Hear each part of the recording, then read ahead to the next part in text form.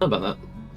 And the hydrate. Good evening, ladies, gentlemen, and all variations thereof, and welcome to session 28 of Shadows of Sorcery, Hidden Truths. Tonight, we are joined by our wonderful players, Lydia, Lying, Rakan, and Zarian. Elfie will be joining us a little bit later on. They are 10, 15, 20 minutes tops. 10, 15, 20 minutes tops as usual. They're at the moment they're at work. Yeah, we had some interesting occurrences last session. Who wants to do the recap?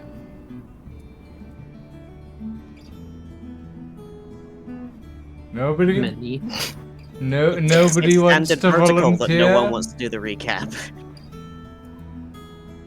Time to roll a d4. Oh god. Time to roll a d4. You're right. Which numbers Oh, are we no. before we roll the d4? Lydia, you're a 1. Lying, you're a 2. Rakan, you're a 3. Zarian, you're a 4. I thought it was a Excuse me, 9. five. Excuse you, I'm Technically, at you're least 10, a 7. Zarian. Oh. Woohoo! Let me see if my brain noodle works. Is he?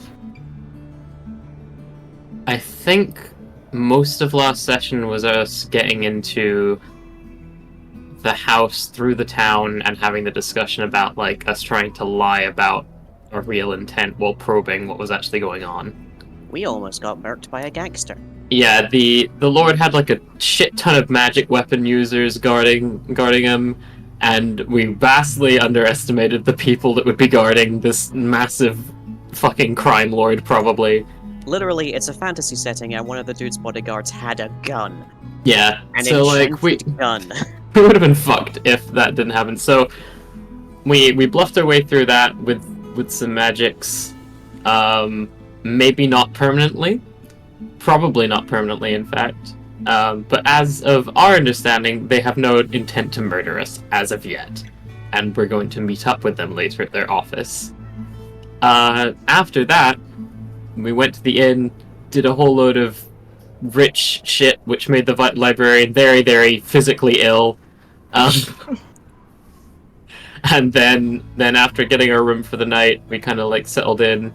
Except for, I believe it was Prod and Horace? No, it was not Horace. No. It was Darren. Ingvar ended up Yeah, with Ezra and Horace. no, it was the donkey. Ingvar who wasn't who Ingvar. was in the. Yeah. That was it. Yeah, Horace the Yeah. donkey. Yeah. Very Prod and specific. Ingvar discovered that our friend was not fucking dead the whole time. No, it was no. Ingvar went to sleep at the stables. It was Yeah, Darren that got. Yeah, Darren was the one who nursed it. Darren and Prod. Yeah, I thought it was Darren Prod. Yeah, no. Yeah. I misunderstood what you meant. Sorry. Darren no is worries. also very sleepy and presently looks like a copper dragonborn. Darren EP Very and eepy. is having a little bit of a scaly moment.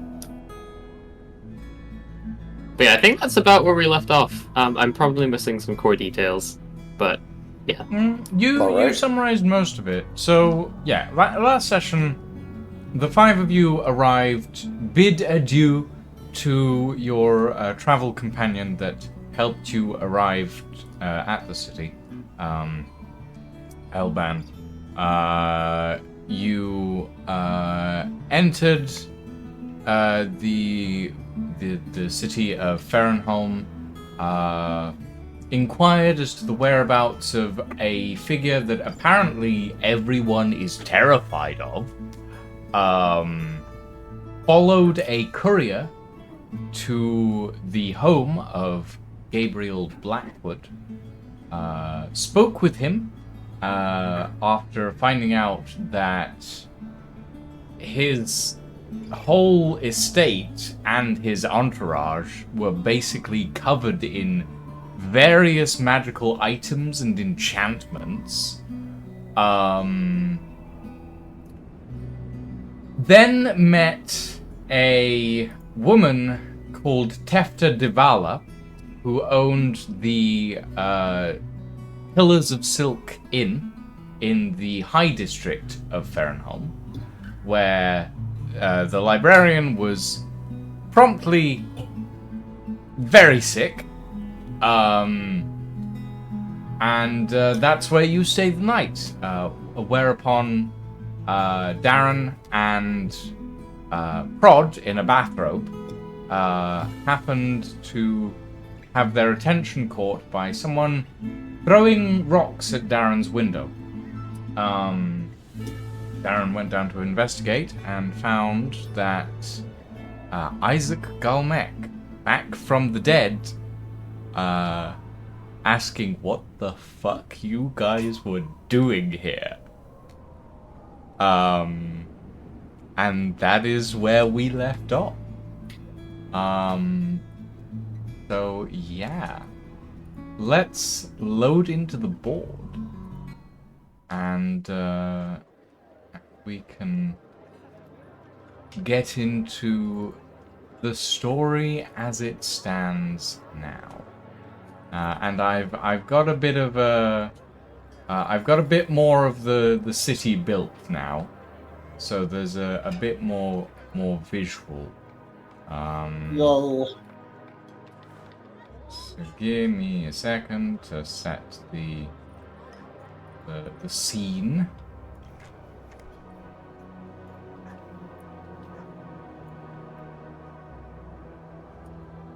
There we go.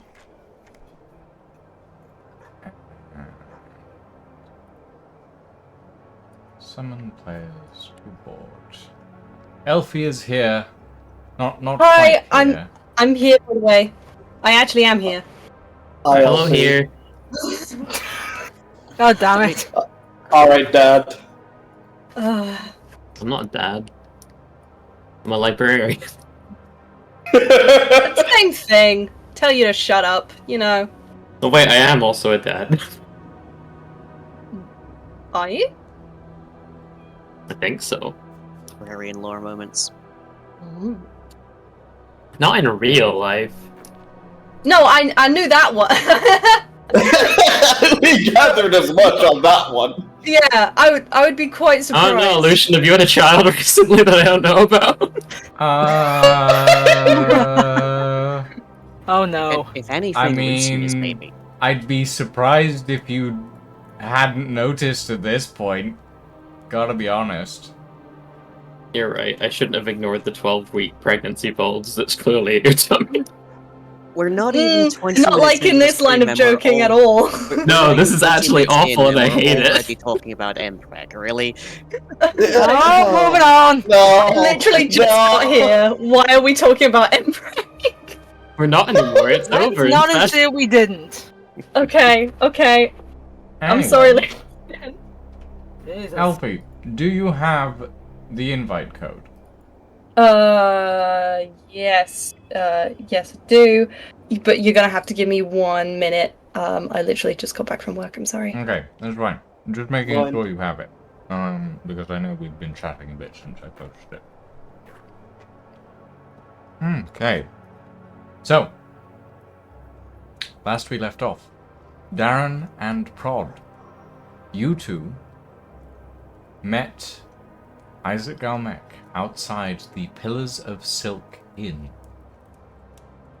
And the last thing that Isaac said, as he grabbed you by the scruff of your neck, by the scruff of your shirt, Darren, and almost lifted you off your feet, and pulled you close and said, "What the fuck are you doing?" Put him down! And Prod strides forward in just the egocentric way that he does. And tries to, he's just gonna try and intimidate. I think that's an actual role I can do, if I'm Yes. not wrong. Can I Yep. just, he's just gonna be like, put him down and look big and abby. And you can, You're gonna Like, look big and his- abby.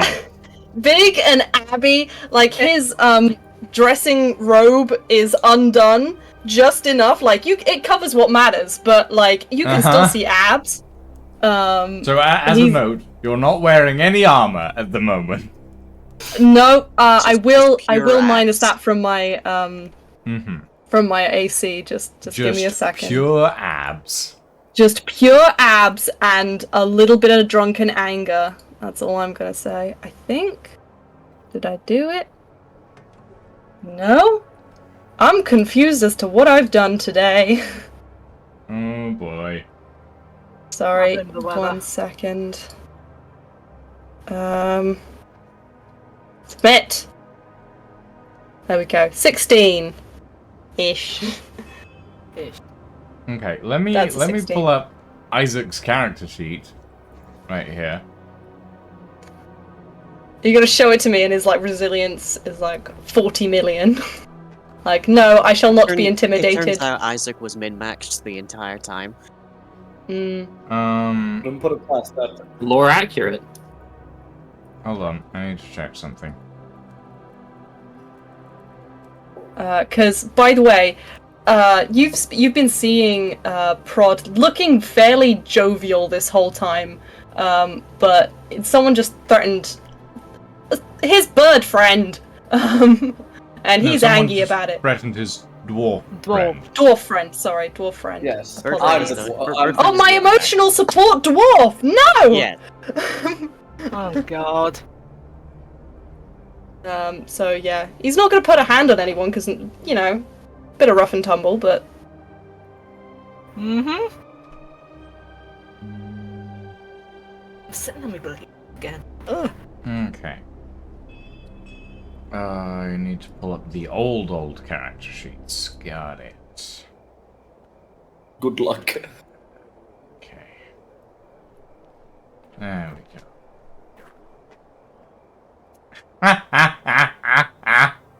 Oh no. Yeah, okay, so Isaac looks up at you, Rod. This, dirty blonde-haired man. The scruffy beard. Human. Scruffy beard, scruffy mustache. A little bit unkempt. Wild look in his eyes. love that. And the first thing that happens is you watch is the hand that isn't holding on to Darren moves to his side, where you can see there is a long metal object holstered. And he looks at you and goes, "Who the fuck are you?" This is my moment. Oh no. I'm gonna turn on my fucking camera. Bearing Hey. in mind that he was not intimidated at all. Prod does not give a fuck. I, good sir, am prodigious Maximus. I am a high-achieving student at the monastery of Callist to be a knight. This is my small dwarf friend, who I enjoy the company of, and who gives good hugs. I like him. I am ready to start a fight at any moment for this man, dwarf, thing. Roll me And- a persuasion check. Okay. Would the alcohol make it needed like a disadvantage roll, or would it just be a straight? Shut the fuck up! I'm just saying. I think it would make it an advantage. They already did their Yes, con you save. want me to That's make fine. persuasion.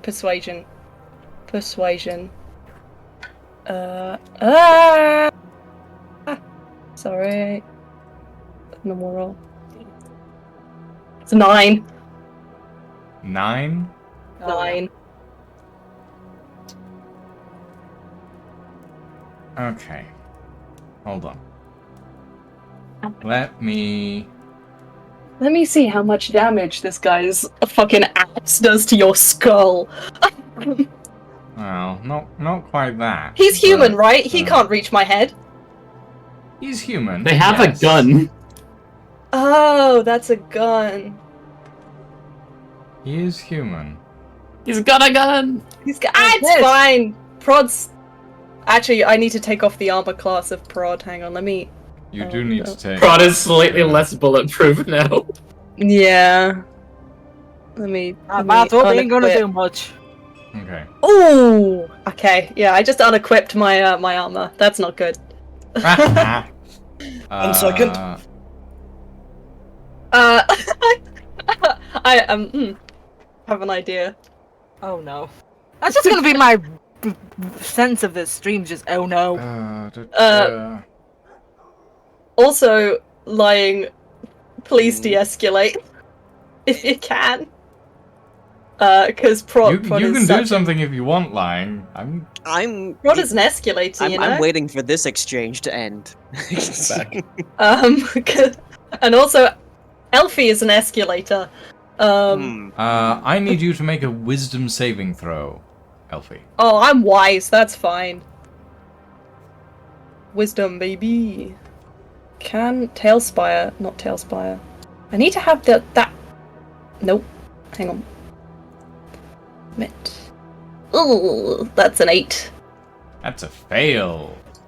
Yeah, probably. I don't know how we think my roll is going to be better, but... Okay. I'm Let's get out the damage die, shall we? Okay. Just so you know, my armor class is 11, if that helps. It doesn't help in this case. It's fine. I'm beefy. I'm beefy boy. Sorry.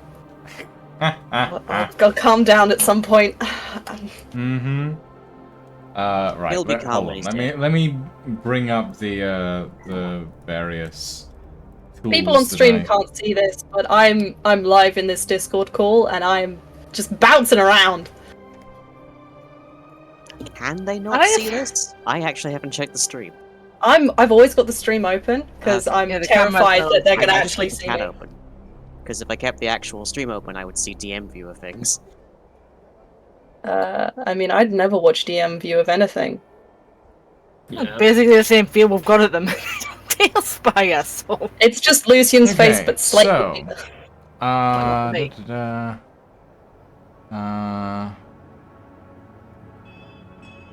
I like how this is all happening, and Ingvar's probably just Okay. face first in the haste snoring his head off. Yeah. First decent night's sleep that man's had in about 2 weeks. Are you missing any hit points, Rod? No, No. I'm fully Okay. healed up. So, in this instance,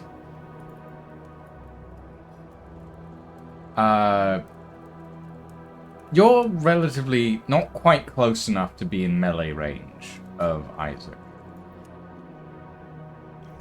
Isaac's hand twitches and goes directly to the casting pistol that sits on his belt. As he I'm gonna get a pulls it shot. out, points it at you directly, not aiming for anything vital. Aims for your shoulder. You hear a low gong sound, and you watch as this streak of bluish black energy jets from the barrel of the casting pistol and hits you in the shoulder. You take 3 points of necrotic damage. 3 points of necrotic.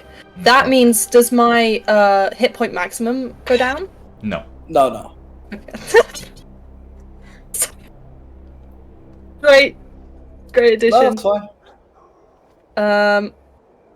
Okay, that's fine. And as he says this, as this happens, Isaac says, "Darren, your new friend talks too much." He's not wrong. I'd actually have more concerns about his hugging abilities, but Oh. enough. You're hardly one to talk about talking too much. We buried you. It was You safe. shouldn't be that talking way. at all. I'm sorry. Why are you here? investigating the person who killed you. We fought. Thought I What the told you to hell is stay going away. on?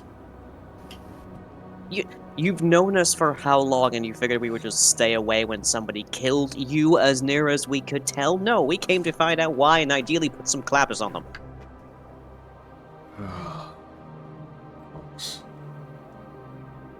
He lets you go, and leans back against the side of the building, and drags a hand down his face, and sighs, and then looks at you. I don't have long. I need to get back before they see I'm missing. Look, whatever you do, don't cross Blackwood. He's killed far more powerful people than you looked. Yeah, we kind of got that impression. Okay, look, here's what I can tell you. It's been a few months. I've been working my way in to his inner circle. Slowly, it's taken a while. Here's what I can tell you. Blackwood is one of 3 leaders of the Carnifex Syndicate. It's this crime ring that's been running rampant across Rodari for the past few years. They're responsible for various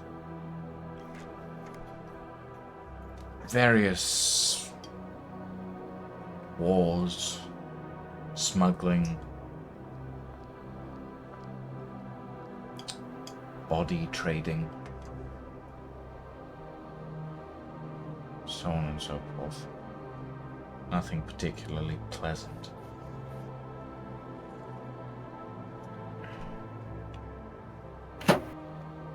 Whatever you do, don't get on the wrong side of it. Because if you do, well, I don't think I can protect you from that. I think that ship may have already sailed, because we kind of figured we'd be getting into a scrap with him anyways. Well, that's when we thought he was dead. And I Yeah. went to Isaac. Oh, and I'm like, also, so we're fucking Isaac- running away now, right? We're not gonna do this meeting, right? We don't have the money. I mean, like, hell, we're going to just, like, let Isaac get into this fight on his own. Dude, he faked his own death and put you through hell. And he just shot me! Yeah, and you think we're gonna take a chance of him dying again? Seems kinda like an asshole. Are you an Kind of asshole? is. I ask him flat out, are you an asshole? Ouch. Might be Isaac more accurate. just kind of raises an eyebrow at you. I mean, like, gotta ask.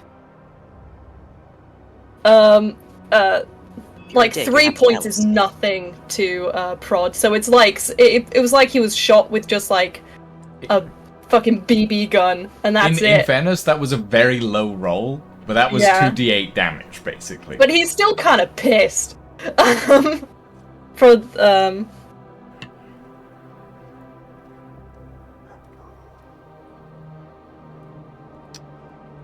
Okay, so yeah.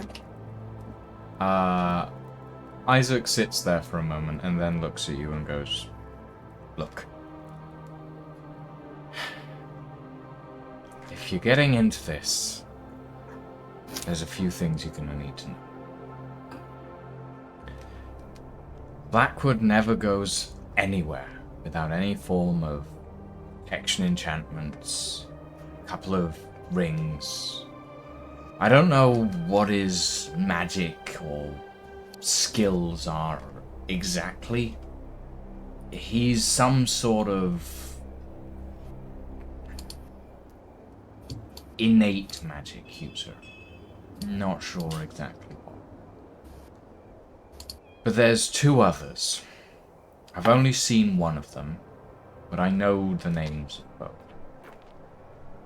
Blackwood's the diplomat of the Carnifex Syndicate. Then you've got the Baroness, Vorsina Utrecht Hamor. Is that a She's not in nickname or this. actually a baroness? Hmm? Is that a nickname or is she actually a baroness? Yeah, she's an actual Baroness as far as I'm aware. Right. And then you've got Evan Lorne, some sort of high-ranking assassin.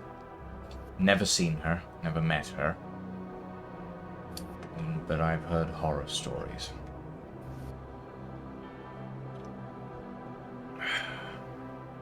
Apparently they've Right. been engineering wars across the country, and recently one of Miss Lorne's projects bore fruit in Thistledown. The entire city was wiped off the map overnight. Some sort of plague.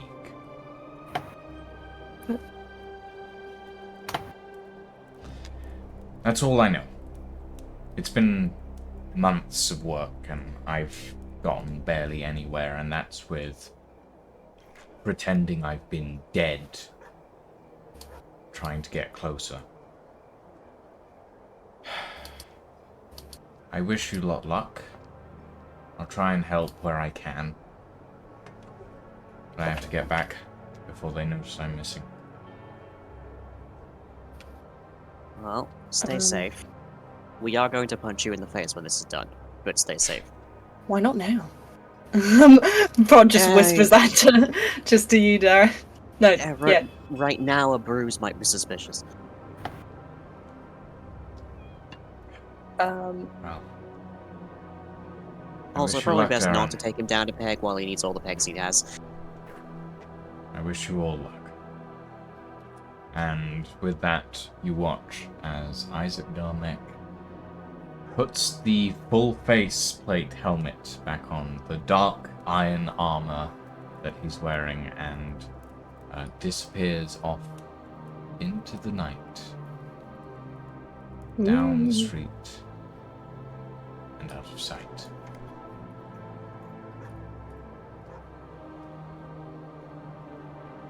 This is going to be really hard to explain at breakfast.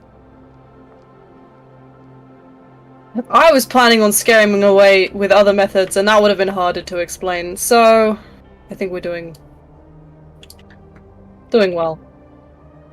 Prod's mad that his speech didn't work. You can tell. Normally works.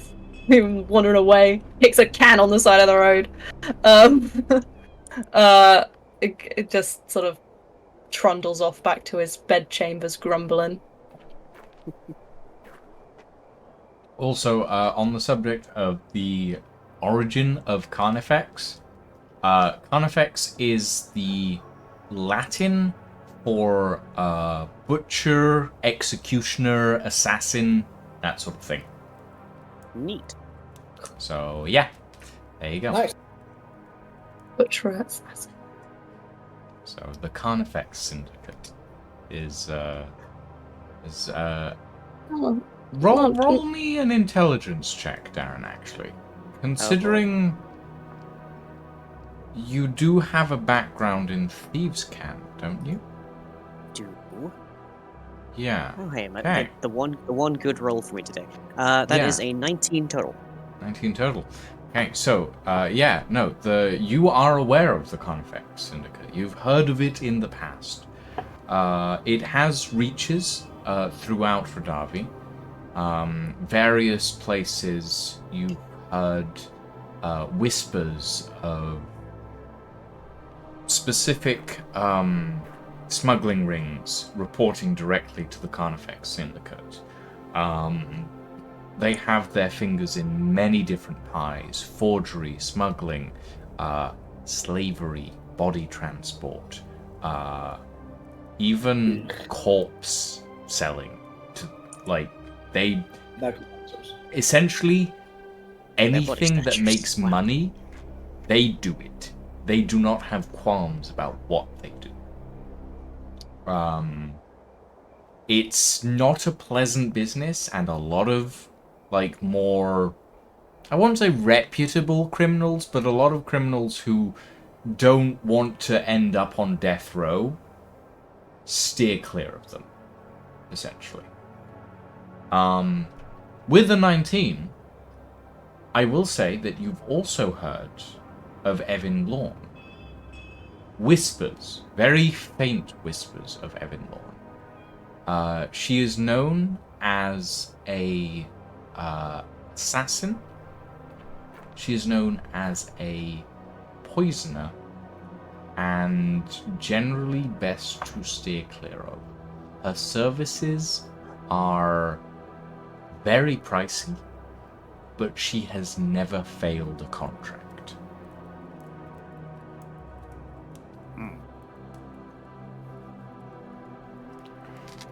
Bad Okay. news for us.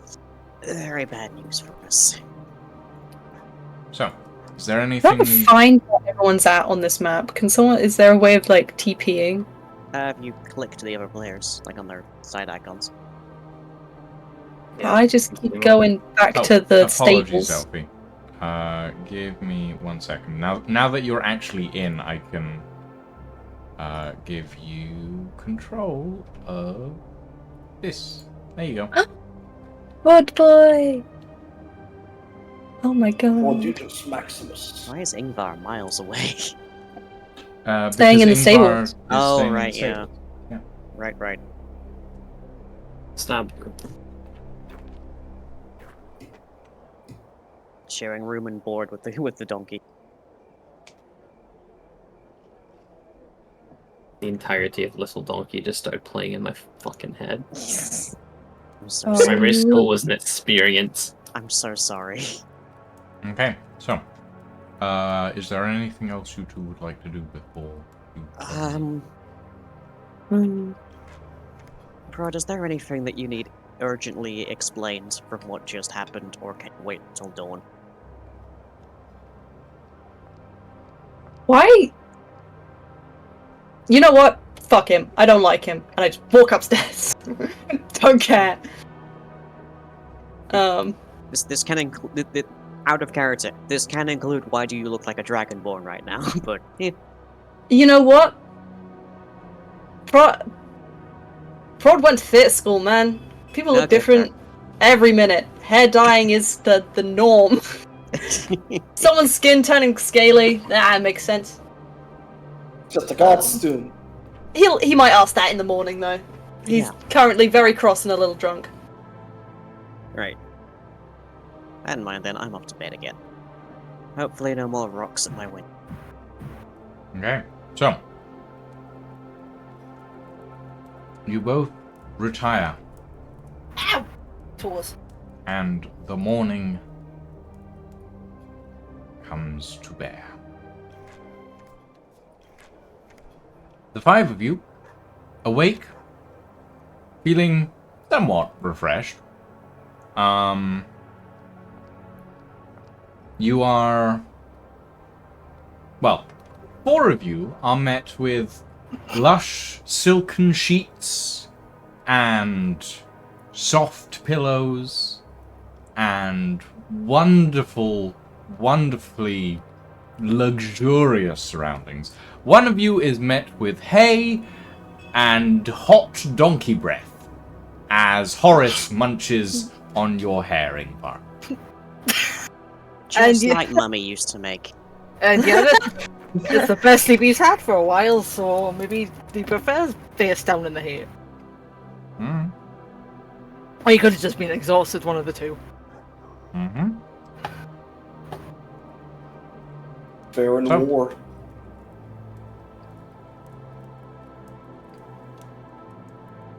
Let's start Well, with you, Ingvar, real quick.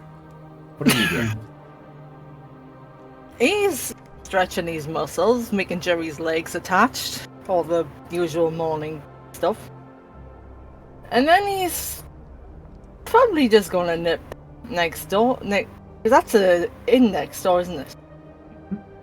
He's just gonna nip in to see if there's anything quick for breakfast. If they've got anything quick and easy, Okay. portable. There's an elderly woman bustling around behind the counter and looks up and says, we've got we've got some bacon over the fire if you want some, darling. We've got some fresh bread out of the oven. You want some of that? Bread. Bread. Yeah. That sounds Alright. absolutely delightful. Delightful. Couple of silver. Divisive. Yep, he plops a couple of silver on the counter for her. There you go. Wonderful, darling. And she hands you a loaf, an actual full loaf of Oh, freshly baked bread and like 8 slices of like freshly cooked bacon. Jesus. Some bread with something sharp.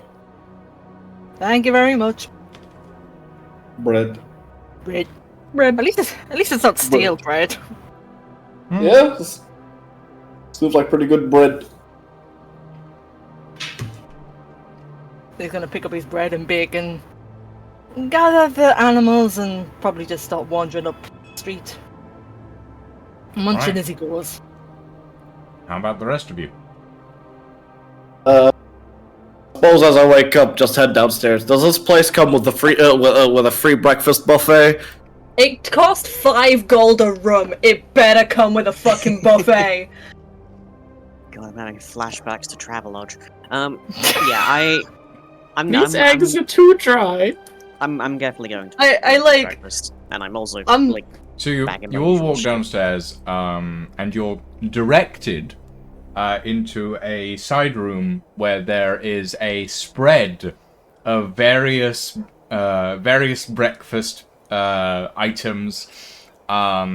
There's various tiny croissants, small pieces of like chocolate layered biscuits. There's a couple of bowls that are just filled with various like porridges and cereals. There's a couple of platters that are filled not with like bacon, but with like bacon sandwiches with like egg and various other things. But they're the kind of thing that everyone thinks is really provincial, but they've been made to look really, really fancy. You know, that sort of thing that all the rich people want you to think is really, really fancy, but actually it's really not. Yeah, there's all of that sort of thing as well. And you're just directed in there, and the lady who owns the place, whose name I have immediately forgotten, Divala, just sort of directs you all in and says, yeah, just... she basically says, just have what you want, and it's all included in room and board, basically. Have at it. Yeah, have at it. So yeah. Am I gonna make my money's worth? Oh no. And yeah, there's also like there's a small pile of there's a small crystal bowl as well that's just piled with like bonbons as well. And like there's a couple of bowls of fruit as well at one end of the table that are completely untouched and look like they haven't been moved for a while. Like there's a couple of very, very like brown bananas in there somewhere. It's like when you've had your vampire familiar for a decade or two, and then like nobody's tried to bite him yet. It's like you start to wonder: is there anything wrong with him? God. Maybe there's some bad blood. Ah. Is chocolate safe for birds? No. Google. Chocolate isn't safe for Wait, sorry, most things. index. Humans are very special in that regard. Ask the librarian. They'll know. It'll know. I think Horace would know enough about his own biology. Oh yeah. Sorry. To be fair, I don't know much about my own biology, but I do know that if chocolate would kill me, I would know if it would kill me. I mean, you'd only know if you tried it before, probably. Like, chocolate's probably quite a big luxury food. Horace goes around. Oh my. No, Okay, not I didn't like need to know that. Damn, Horace got Prada eaten was quite right. a few times, apparently. Flying around the roost a couple times. Plucking a few tail feathers. God damn it. Oh, fuck. Sitting on everyone's eggs. Oh my Apparently, god. Prod's idea of little whore is accurate. Right, baby, every time. What are we talking about? Just like Dimension 20 has describe a sexy rat, now we have describe a sexy bird. Describe a sexy bird. What would a whore bird look like? There you go, fan artists. Can't wait to see it. Please do describe. I want to know. Describe to me. What makes the bird sexy? Beautiful effervescent feathers, Plumage. shiny beak. The size of their breasts.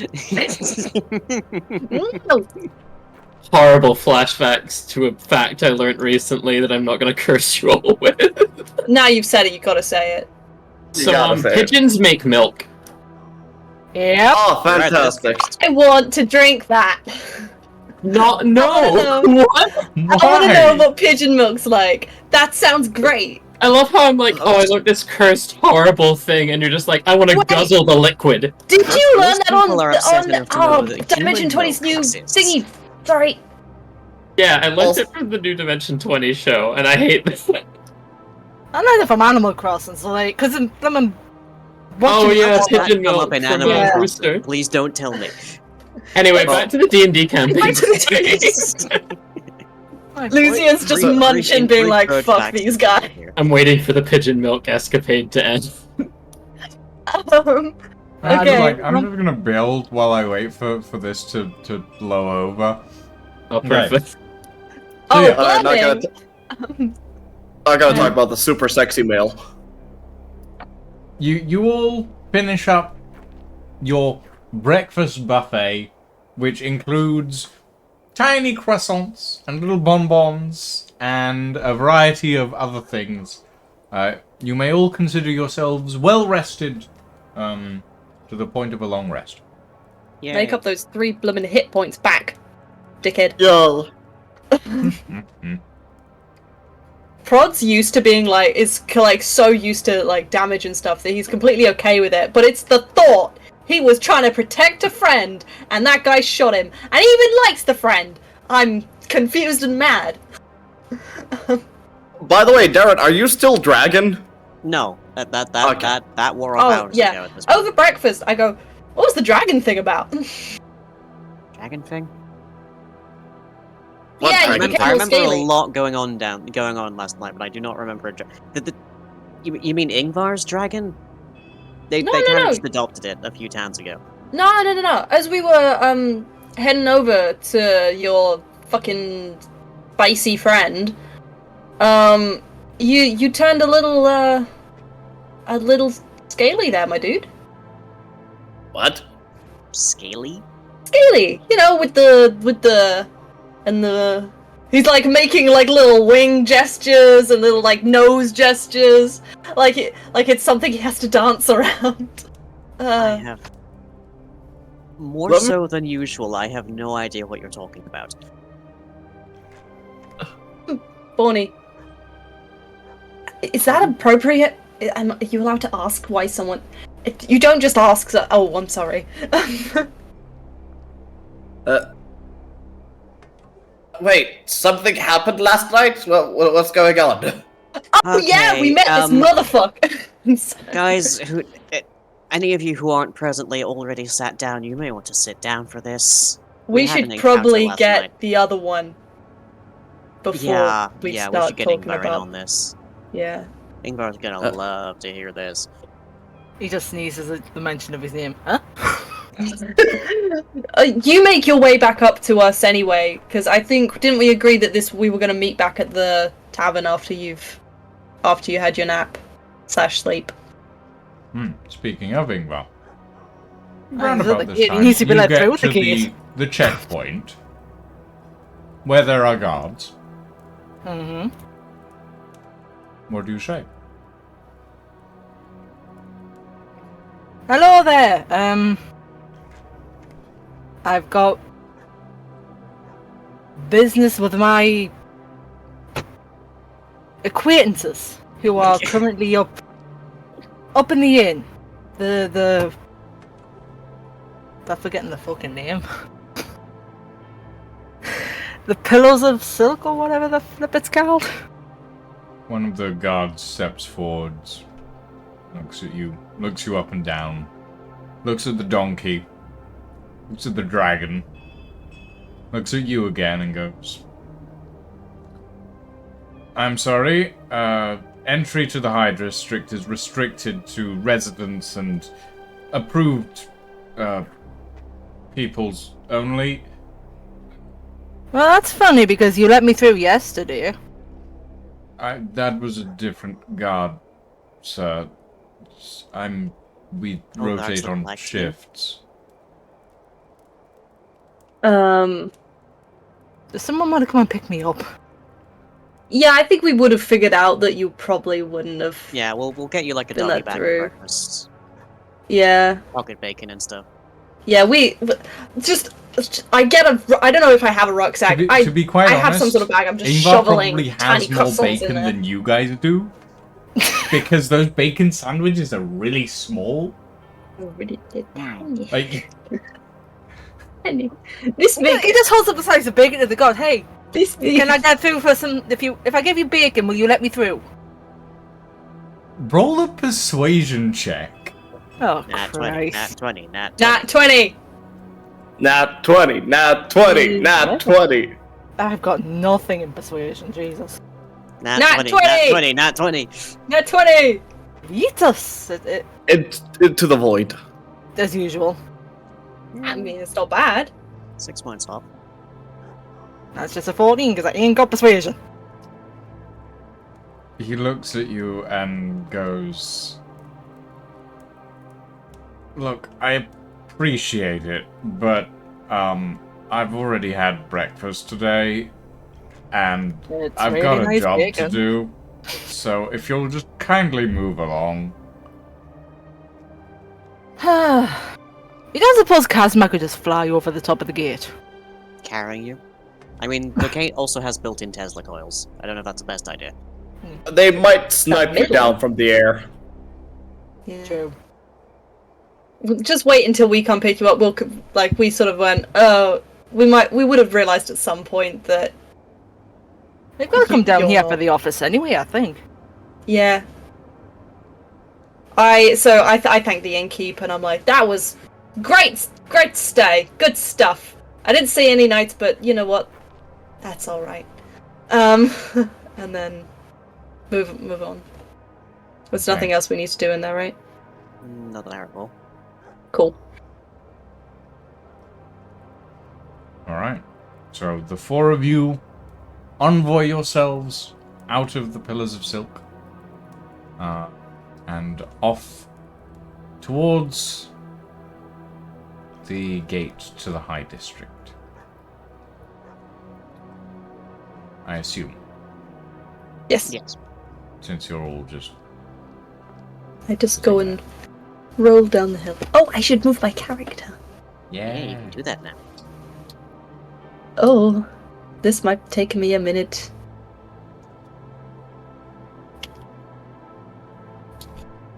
Whee! Whee. Well, in the meantime, Ingvar's just going to feed little bits of bacon to the dragon. Because Kazma's bound to be hungry as well. Growing dragon. Growing boy. Apparently Horace and the librarian are just going to stay behind. No, I'm trying to move my No, thing. It's just Horus not is working. already with Engvar over here with the dragon.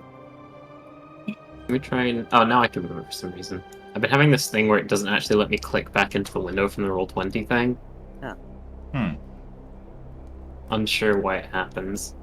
Might have a solution to that, because I found a character sheet that works well for actual in-game Oh, We may okay. have to translate our character sheets for a No, third because time. because you guys are in Roll20 at the moment, I can do that myself properly. Whereas with the other one, I couldn't because I couldn't actually see your character sheets properly.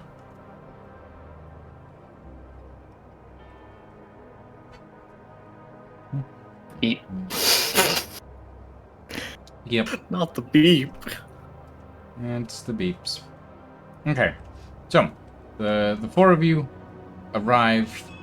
The guards, because you're coming out of the High District, just wave you through. And you all meet up with Ingvar at the entry to the High District. On the... I don't know the name of the street because I haven't come up with a name for it, and I'm going to be honest, coming up with names for streets is not The High on my Street? priority. Big Street. God damn it. Big shot. Street. Anyway. You all gather. And as a note, you were asked to meet with Blackwood at 3 p.m. It's around about 9, 10 a.m. now. So you have time to do stuff should you wish to. Got about 6 hours. Yep. Firstly, we just download all the information. Yeah, you guys are going to need the next 6 hours to process the news here. You know how we're in this city with a very specific purpose? Yes. Uh-huh. Yeah, could you remind me what that purpose is? I'll To find the out Vengeance. who of our killed friend. friend. Right, yeah. It turns out there's kind of a there's kind of a null property to that exact question because Isaac is alive. What? I'm sorry. He, as near as I can tell, he's working undercover. He's one of the bodyguards we saw at the house yesterday, and he met up with us, me and Prods, last night outside of the tavern, and basically just told us to try not to ruin anything, including ourselves, ideally. What? So- Okay. So we Um, So buried that's the him. funeral. So that casket was empty. I guess. But It's the generally note, considered he, rude to pry into a coffin at a funeral, so I didn't really check. why wouldn't he tell us in the note? Because he's an asshole. Clearly he figured that we would just bury him and get on with our lives instead of, trying to find some amount of vengeance for the killing of our friend. So, Well, that was a stupid assumption on his part, now wasn't it? categorically. I'm going to shove a lightning arrow up his arse. Oh, he's Finally, gonna we be so agree. bruised, but we can't bruise him yet because it might ruin his cover. At Basically. the first opportunity. Absolutely. Moment Blackwood's down. And then I might feed him to the dragon. Also, Blackwood may be kind of even more connected than we thought, because apparently he's wiped entire towns off the map overnight. What? Plague, apparently. Oh. What Oh. plague is powerful enough to do? You know what? I'm generally okay not knowing. So we okay. are probably punching very far above our weight here. I mean, if we catch him with his pants down, it's still possible, but Yeah, that's the other thing that Isaac told me. Those magic rings on his hand, apparently they are, protection enchantments. And he goes nowhere without them. okay. So Isaac if we want to wasn't- do this, we gotta think laterally. We need to get very, very clever, or we need to get very, very mobile and out of here. So It seems like an appropriate juncture to ask if we still want to do this. I was about to ask. So you're telling me Gabriel Blackwood is part of a big crime syndicate, right? It's called the Carnifex. I've heard of. All right. There's literal landed gentry in that thing. Okay. So first, I do believe we have to figure out a way. If we are gonna go through with this, I don't think we want hits on our heads. So maybe maybe we try to pin our assassination of him. By the way, speaking hush hush, very very hush hush. Yes, in the middle of the street. Yes. But we're hiding around somewhere. huddled, You know, having we're a being private we're being conversation. chill about it. Except for the dragon. No, Well- he would chill. Yeah, Cosmo's chill. Hold But, on, let me make yes. an alleyway for you guys. Thank you. Yay! Thank you. Man, the What? architecture around here is just so polite. Just reorganizing. What a itself. wonderful city. Yeah, very clean. Very clean. What if we try to pin the assassination on a separate crime syndicate and have them basically go against each other? Do we know of a separate crime syndicate? Can I roll intelligence for that?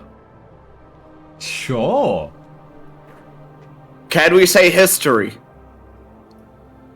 Actually, Sure. same. Or you can ask Darren.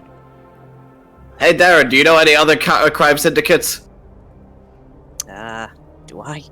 You do. You know of the Goblin Mafia.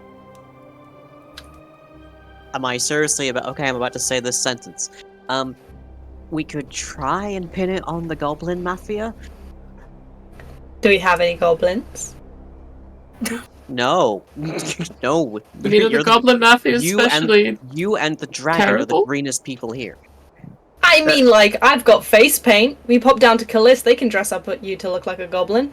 And then maybe if you get on your knees and wear a big robe, you could look like a goblin, I suppose. I don't think that's gonna work, but anything else? Well, Alright, I'll roll intelligence. It So, might- as a point, you know of the Goblin Mafia because at one point, you were chasing a member of the Goblin Mafia, and then you just kind of gave up. we're a group. We're a party with like 2 brain cells and ADHD. So No, that's fair. That's fair. I'm just saying. That goblin mafioso was still out there on the run. it might be easier and possibly also more to our benefit to try and pin it on another member of Carnifex, but I don't know where we'd even begin with that. So, By the way, we're that's trying- a 21 on intelligence. Oh, sorry. Okay, no, don't worry about that. Don't worry about what I was gonna do.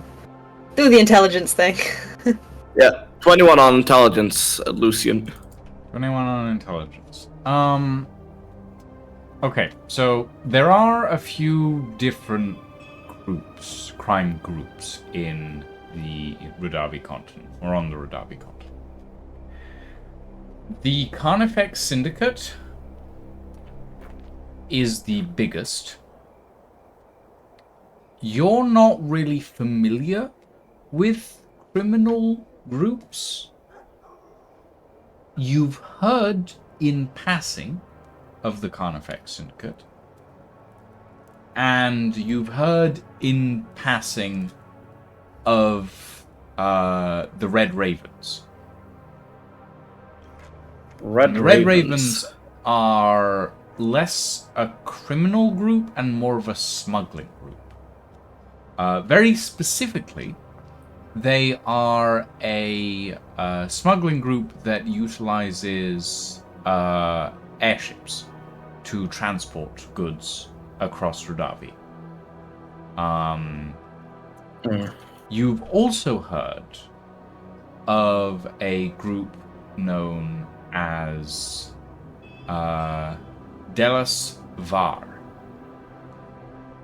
Delas Var is... It's not specifically a crime group. Carnifex generally covers crime in its entirety.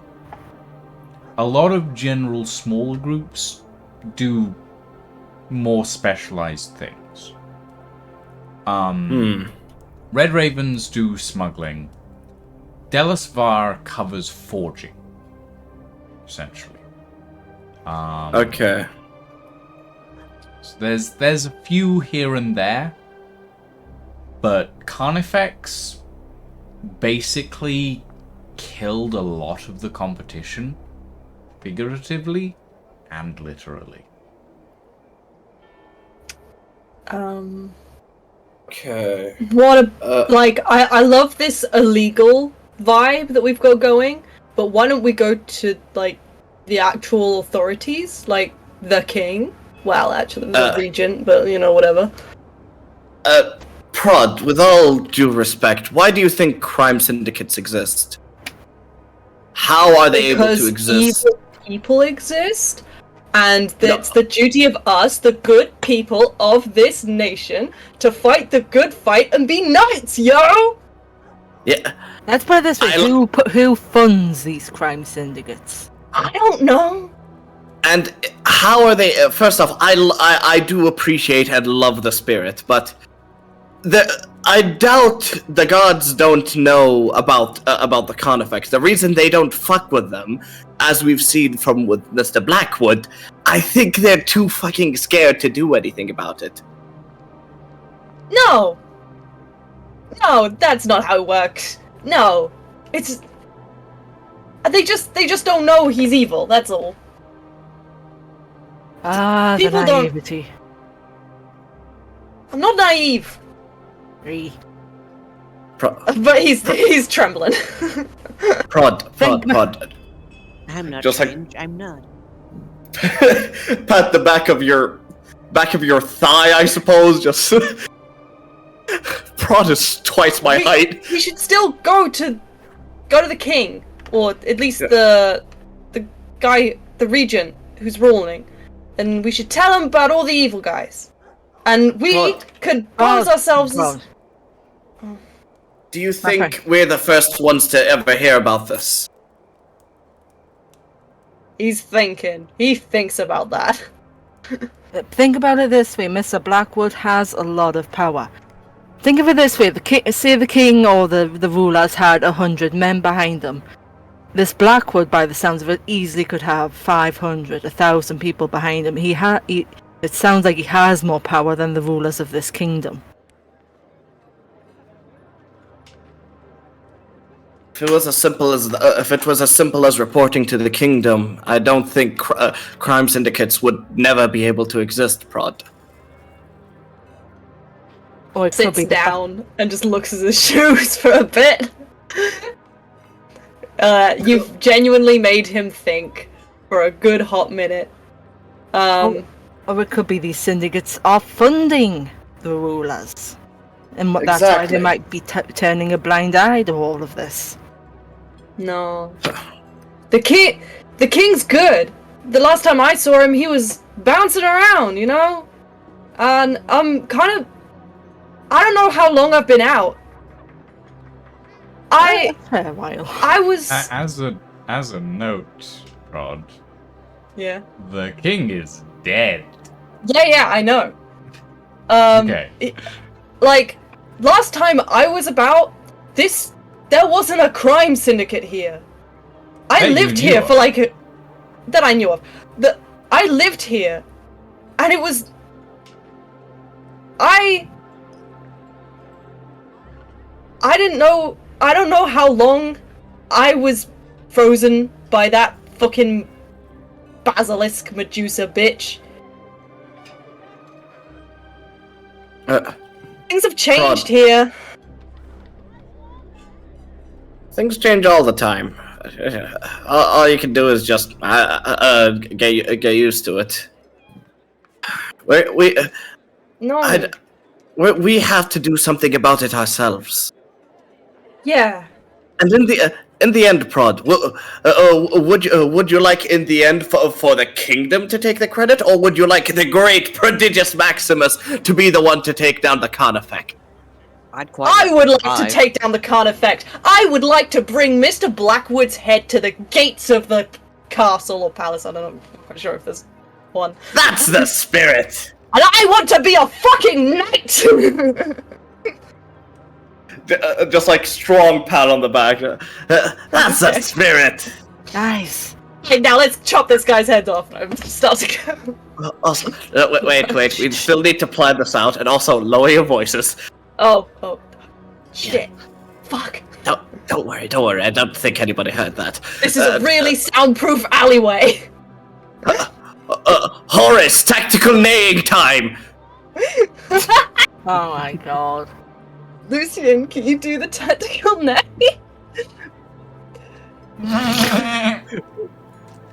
That's good, Yeah, but that's as good as it gets. I'm sorry, I can't do a horse. DM duty, That's you all gotta you get. make the You get horse a sound goat. effects. That's a go again. I think we need to take him to the veterinary here. He's having some identity issues. But yes, alright. So, I suppose we could either try and pin this on another crime syndicate and basically start a war between them, but I can't really think of anybody. I guess maybe the Red Ravens, but all they do is mostly smuggling. I guess we could explain it as, like we write a note saying, oh, you broached on our territory, because from what I understand, the Carnifex are doing everything. Right. So, If there's ill You know somewhere that is genuinely not... Well, it is corrupt, but in a completely different way. The Temple of Callis. Those guys are my family. Ish. We could go ask them what's going on. If there are any holes in their syndicate. More info, please. I mean, maybe, but I don't. Problem is, we need maybe some. I don't know. We could either do that, or we could spend this time for some setup. We could try and set up a trap near a keep on the outskirts. Because from what I understand, Gabriel Blackwood seems to be not somebody to trifle with normally. Would the mafioso be inclined to really respond since he's so feared? I mean, if I was a smaller family and this man was encroaching on my territory, it would be a very hard decision to go up against them in some kind of one-to-one, wouldn't it? Maybe.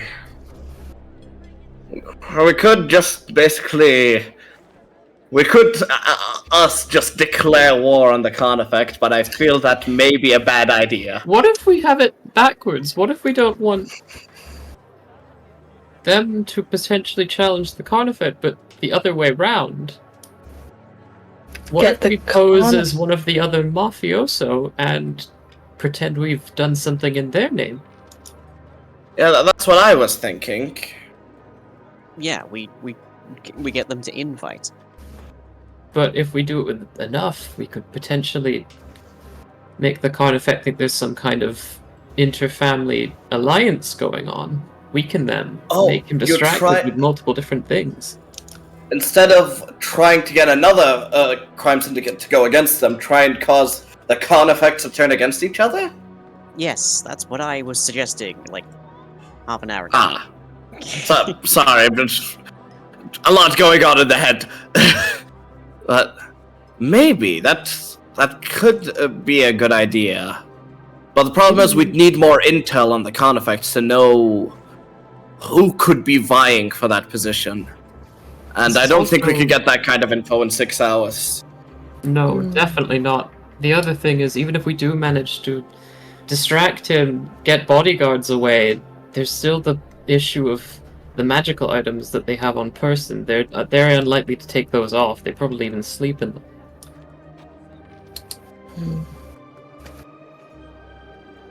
I mean, even if we could, like, I don't know, get to his bedside while he's taking a nap, I don't know that we could necessarily get rid of him before his guards came in. I also don't think that just taking out the head guy would at all help if it's a syndicate. That sort of stuff. I hate to say it, Isaac might actually have a good idea about being part of them in order to take it down from the inside, because these guys are bulletproof. I do have one idea that I was thinking about when we mentioned the plague. I was reading one of my new favorite books, Jennifer's Suggestions, Ethical War Crimes and Rules Therein. And they mentioned something called biological warfare. Oh Ooh. god. What if we found the powder that they used to try and kill Isaac and turned it against him? He may have an antidote on person, but if we have enough doses, surely... I'm sure we mentioned Surely. that that was, like, especially good against spellcasters. That might work. You're right. This I does also had the plan unfortunately- of inviting him out to dinner. So if we needed for him to ingest something, that might be a good starting place. That might actually be crazy enough to work, Prod. Yeah. Do we want to approach this as purely a business deal? Or do we want to make it look like we want to work for him because we've heard of his reputation? If we pose ourselves as an adventuring party willing to do whatever for a good price, and he's kind of evil and probably has a need for a group of not vigilante, what's the word I'm looking for? Mercenaries. Mercenary? Mercenaries! Sorry. We could, be like, hey, we've got a bunch of money, we're not looking to buy the keep right now, but vigilante time, not vigilante, mercenary time, maybe. Invite him out to dinner, poison his drink, food, whatever. Take him out so he thinks he's just, give him a couple of drinks so he thinks he's getting drunk. And then, Alfie, I'm sorry, that's not a prod thing to do. Alfie was just like, pacha! I feel like Prod was also a Pacha. Yeah. Maybe prod was, pacha! The problem is with poisoning at a dinner, who do you think they will turn to as suspects first?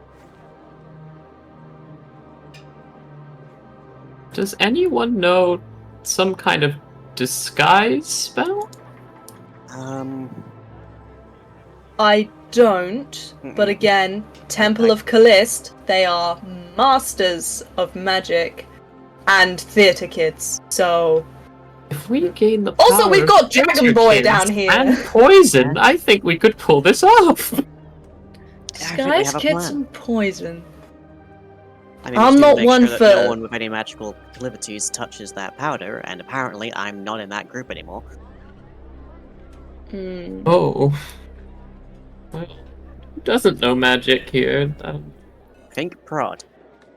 I think it's actually, here's a question. I have cantrips and I can cast spells, but no, I'm definitely a magic caster then. Yeah, Yeah, you're a Yeah, half caster. paladin. No, you're a full caster's paladin, right? Or a Paladin. half caster. I don't know. I think a half caster. Either way, magic user. I'll just make sure not to eat it. So And if as I- a Sounds good. note, Also, I'm immune to a bunch of shit. Sorry. So as a note, the powder that affected Isaac was not based on any form of casting. It was simply based on touch. The Meaning? moment What's it- someone what's- touched it, they had to make a Constitution saving throw if they succeeded on the Constitution saving throw, they become paralyzed until they are cured. If they fail on the Constitution saving throw, they are immediately killed. Well, I swear there was a thing of like, this is definitely a poison that you use against a spellcaster. It was especially good against them, I think it was, right? It's Right. specifically, it's very good against spellcasters because you can't.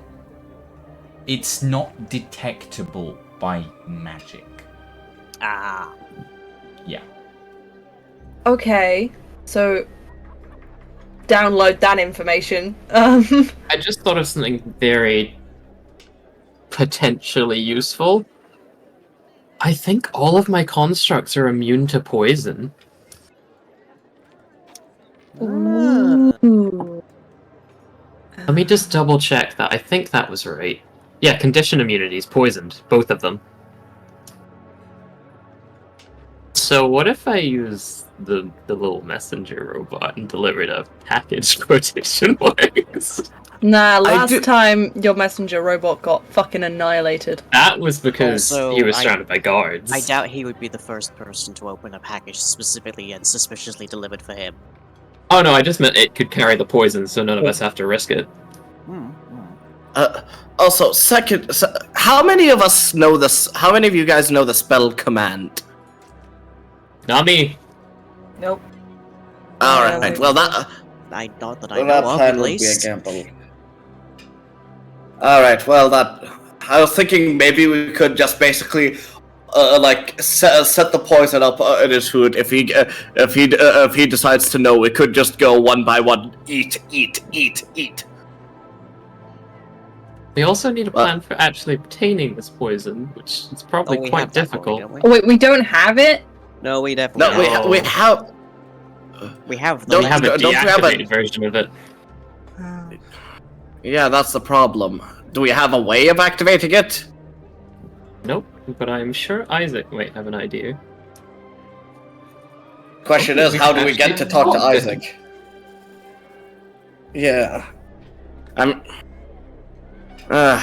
Okay, I think. If. Okay, wait. So, how about this? Let's cover. Let's set the main top best plan we could go for, which is the poisoning plan. So that, and then I think we split up each person covering up one of our backup plans. So first plan is the poison, how to reactivate it. Who do y'all think would be able to? Who would y'all think be able to reactivate it? I mean, I suppose if we find an alchemist, they might know something. Well, we did read about it in that one book. It was a notable poison, though magically enhanced. True. So it's probably gonna take something to. It's probably gonna be not easy to ask someone for that. Probably not, but I have a few of the cure ingredients. Perhaps we could work backwards from that. I mean, I have the ability to heal someone from poison about, I don't know, 4 or 5 times a day. So if this goes wrong, it's not that bad. I mean, this So- is probably the thing they've used to wipe out whole towns. I Yeah. presume they had priests with the same ability. It's very nasty. Mm. Hmm.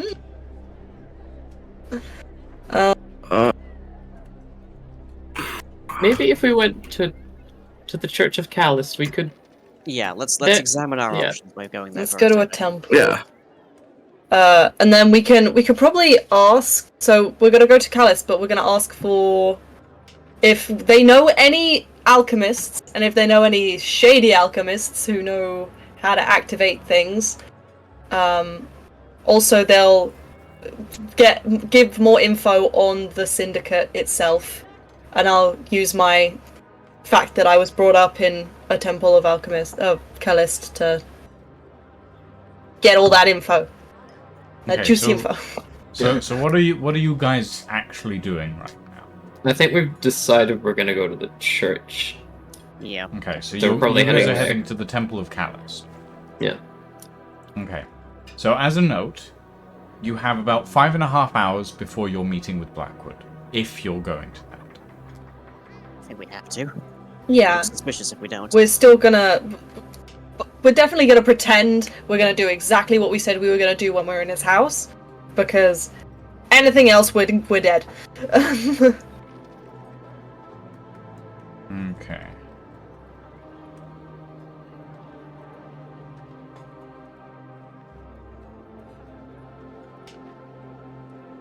Okay, so, you, Prod, are aware of the area where the Temple of Callist is in the city of Farenholm, because you spoke with Devala and she told you where it is. It is in the Middle District. Now, I do not have it built, so we're gonna do this a bit theater of the mind. The building is interesting. It has large marble columns on the outside that give it a bit of a Greek pantheon feel. But then as it leans back into this sort of large Colosseum-like structure. The building itself is actually more like an amphitheater, a half circle, and then the other side of it is this large stage with these massive cables and pulley systems and a variety of other, like, essentially, imagine an open air theater, essentially. In the center of this theater are these massive purple curtains, and emblazoned on the curtains themselves is the picture of a fiery talon that is raised towards the sky, embroidered in gold. As you all walk into this space, you're approached by a woman with deep grey hair and heavy set eyebrows, small whiskers stubbly on her chin, heavy robes in purple lined in gold, who approaches you all and goes, well, hello, darlings! What can we help you with today? I hope that the Theatre of Callist here in Farenholm can satiate your every desires. And as she spreads her arms, you notice that her sleeves waft this sort of like sparkling purple smoke that she spreads her arms over her head, and the smoke sort of drifts up and sparkles over her sort of entire being, sort of shining and sparkling around her. Oh, I'm so in love. Madame, thank you for welcoming us into the temple. You recognize this woman. Who is she? Tell me. This, and she looks a lot older than you remember.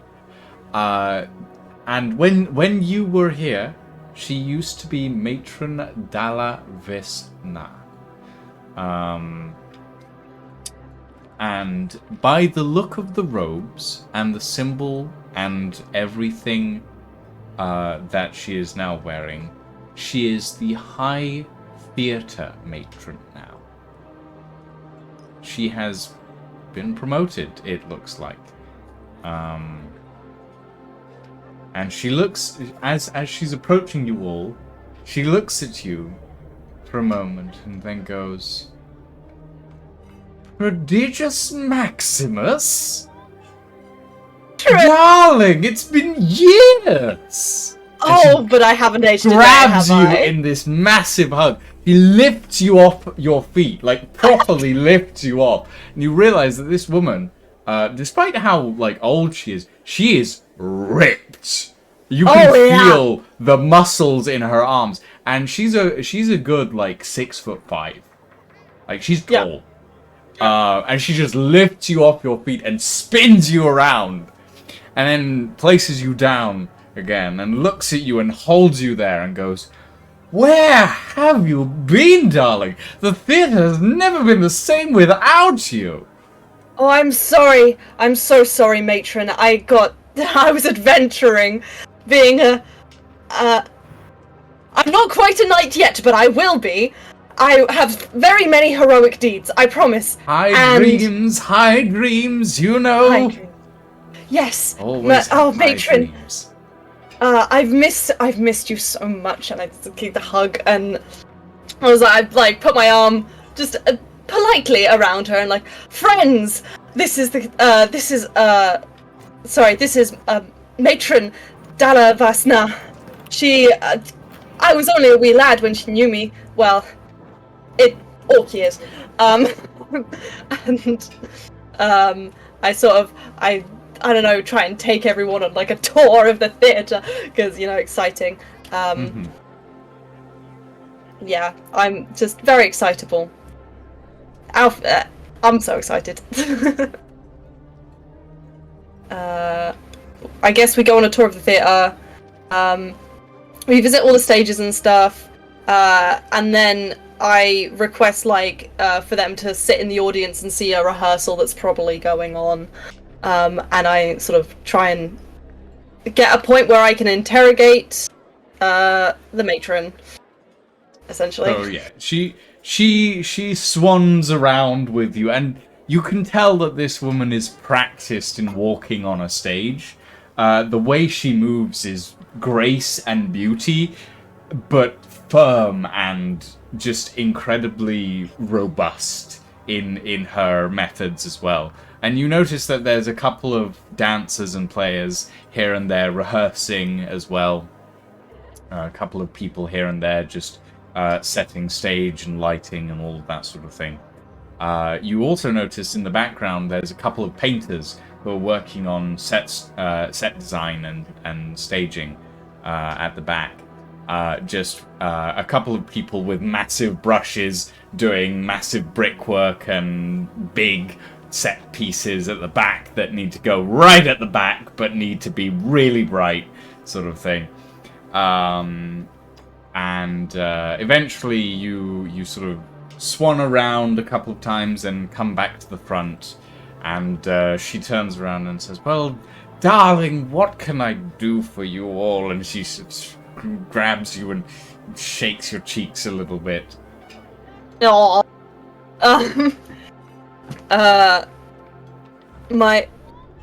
We come on business, unfortunately, which is something that I have recently come into the prospect of having. Matron. Right. Oh, matron. We desire some information that is not necessarily to do with the stage. Well, usually I direct you to the. Well, it depends on what kind of information you're looking for, actually. Well, some of it we can get ourselves, So you know how sometimes dancers disappear? Yes. And the next dancer who comes and takes their place is so happy that they're gone. Yes. And it turns out the original dancer, they left no trace. We would like to know an alchemist who could help us. I'm really bad at metaphors. We need an alchemist that can help us fucking kill people. Sorry. We need always had a on- way with words, Rod. We need information on how one might compose such a dancer to do such a thing. Okay, well, I'm not the talker. I've just got the abs. You're not wrong there. Your I have the friend book, certainly has so, a way with words. This is what we need composed, and I give out the listing of the notes that I have on both the cure and can I do an intelligence roll to remember the name? The name of the poison? Yeah, sure. Yeah. Ba-ba-ba-ba-da-ba-ba-ba-ba.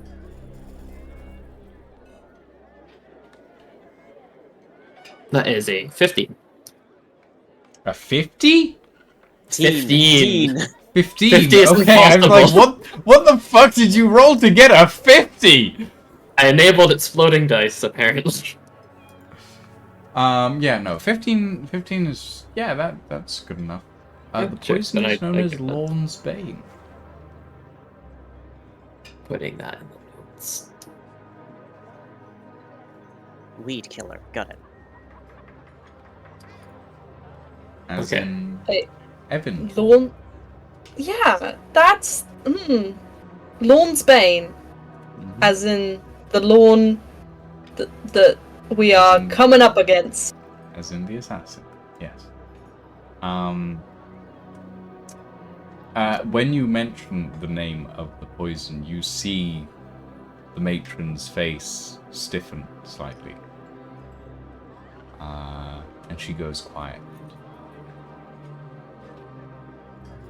And she sits down on the steps of the amphitheater and seats for a moment.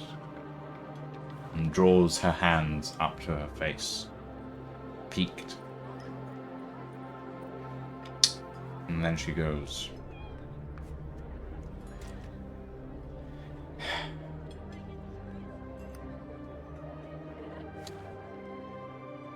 there is something.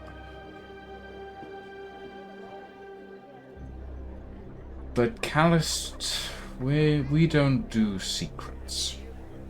We do disguise, and transport, and travel, but I suspect that I know who you're trying to help.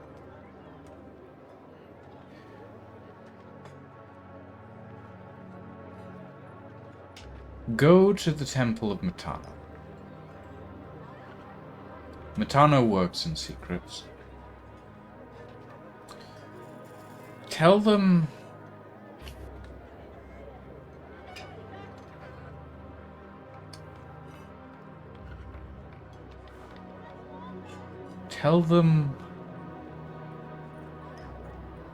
you seek the Elder of Waters.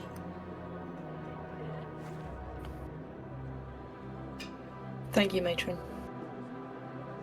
And whatever you. you do, do not mention anyone's name to her. Not your own, not anyone else's. Okay. Now shoo, off with you. I have rehearsals to get to. Yes, matron. Thank you, matron. I don't know. I give her a good old kiss on the cheek and a hug, and then I scarp her. Okay. So, You guys are all there too, I guess. I'm sorry. 4.5 hours to go. Where are you heading next? Temple of Matano, I think, was mentioned. Yeah, Temple in the Town. Yeah. Okay. Plus, As well, our I'm like, characters someone here, else their talk. policies Someone on else people talk this becoming time. I'm not good. So again, I do not have a visual for this, so we will be doing it Theatre of the Mind. Theater of the Mind. So, you travel for a little bit. You do have to ask for directions, because unlike the Temple of Callist, the Temple of Matano isn't quite as large and ostentatious and visually presenting. Obnoxious is the word. Obnoxious. Well, no. The Temple of There Callist isn't, is visually stylish and very nice to look at, but it's big and it puts itself in view. The Temple of There's not a Matano curtain. is small. You eventually come to a small dark marble building. This. So it's about this, maybe the size of like a very small,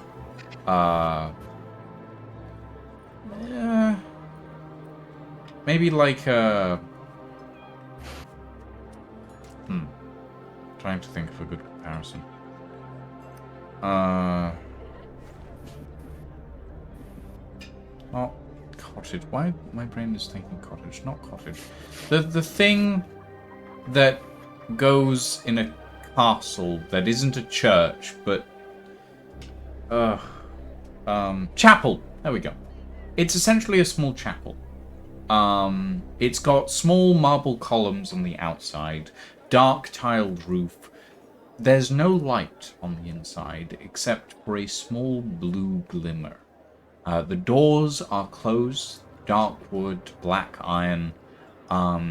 You see small gold runes engraved on the marble on the outside, up on the columns. And you see small gold runes engraved here and there on the iron as well. But it's very light, almost non-existent. If you weren't looking for them, you'd probably miss them. You knock on the door, and with a gentle creak, both doors open wide. And you enter into a chilly chamber. Long hall with black flooring in a diamond pattern, checkerboard diamond pattern of blacks and greys. At the end you see an altar with 3 statues behind it. In the center, you see a winged, robed figure with a scythe in one hand and an hourglass in the other. On the left, let me bring my notes up here so that I can give you this accurately. On the left, you see a woman with a tall sword held in sort of a downwards grip, wearing full plate armor, with the symbol of a rose emblazoned on the center. On the right, you see a woman holding a staff, which has a similar scythe blade curving over the top. Someone who is proficient in religion, very quickly. I think I am. Anybody else? Nope. Okay. Because you are proficient in religion, roll me a perception check and add your religion modifier. Add your perception and religion modifiers. Okay, so that would be a 14 then. 14. In sort of what at first you had thought was simply a shadow in front of the first statue, the middle statue, which is taller than the other two, you notice is actually a 4th statue, shorter than the other 3, thinner, robed like the one on the left and the one in the middle,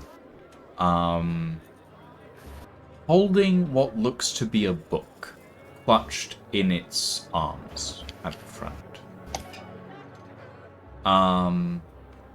These 4 statues represent, from what you remember, in the center, Matano, deity of time. On the right, Divana, deity of order. On the left, Etiri, deity of death. And in the middle, at the bottom, Culver, deity of secrecy. There is no one else in the room as far as you can tell.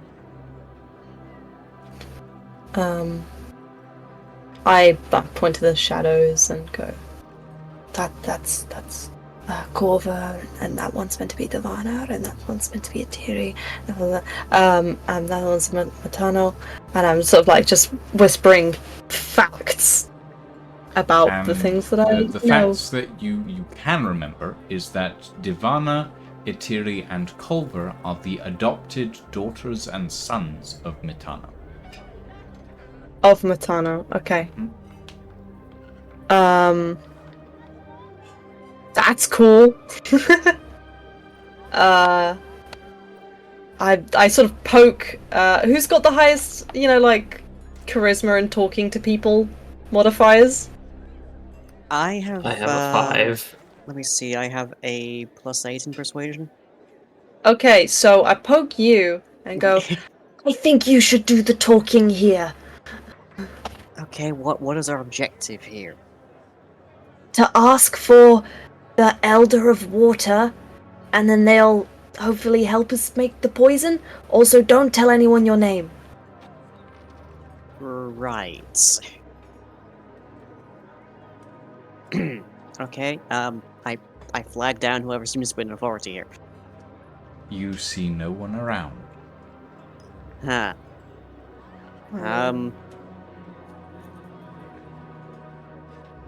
Oh, how do you enter a house of gods and get attention besides screaming and/or heresy? We could start up a prayer session. Oh, Vano. Does anyone have some drums? We can look in a back room. I mean, I guess. knock Yeah, on all the I guess doors, enter all the doors. Yeah, I'll start by looking around, seeing if I can find anybody. Surely the temple must be a 10. As you all step forward into the temple, the doors behind you all close. Well, that's With a- ominous. Not loudly, but That's loud more enough ominous. that you notice. That's really ominous.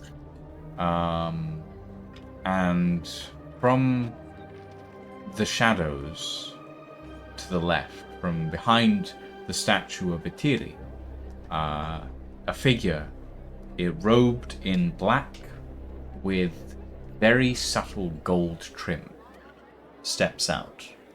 They have a medallion around their neck in gold with a gold chain and a black and gold symbol of a winged hourglass around their neck. And they step forward, and in a whisper, they go, "How can we be of assistance?" We are looking for the Keeper of the Water. Can you direct us in their way? Elder of the Water. Elder of the Water. Sorry, I'm not good at this.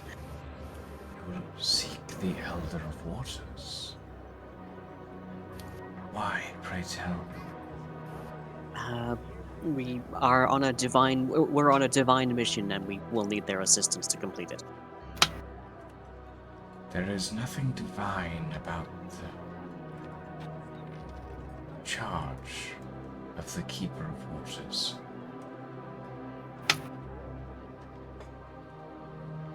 The gods sometimes work in semi-mysterious ways, and we are kind of in a bit of a complicated circumstance, but I would really prefer to address this directly to the Elder.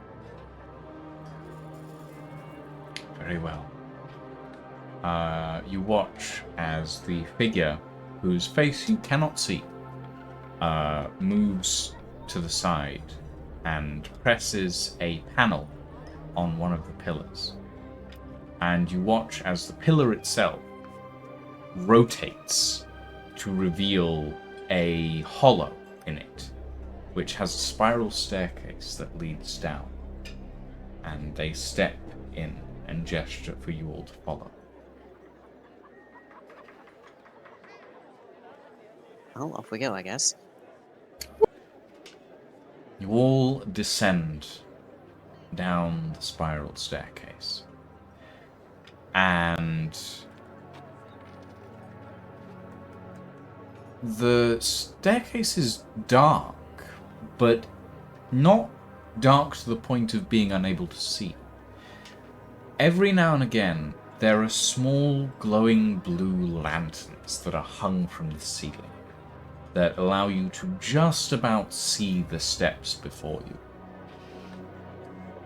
You make your way to the bottom into a vast corridor. There are chambers all alongside, doors, some locked, some not.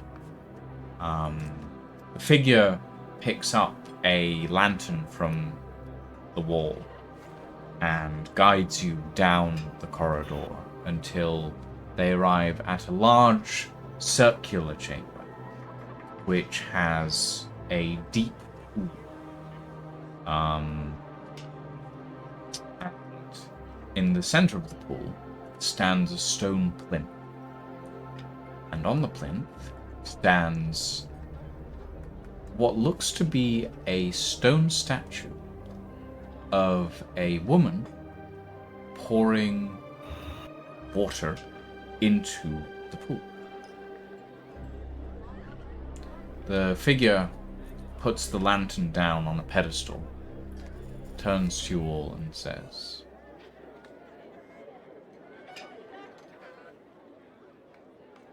"If you wish to speak with her, if she wishes to speak with you,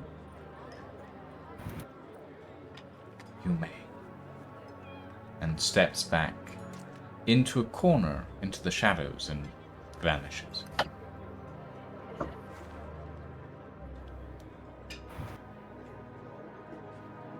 Okay. Make the gesture, I guess.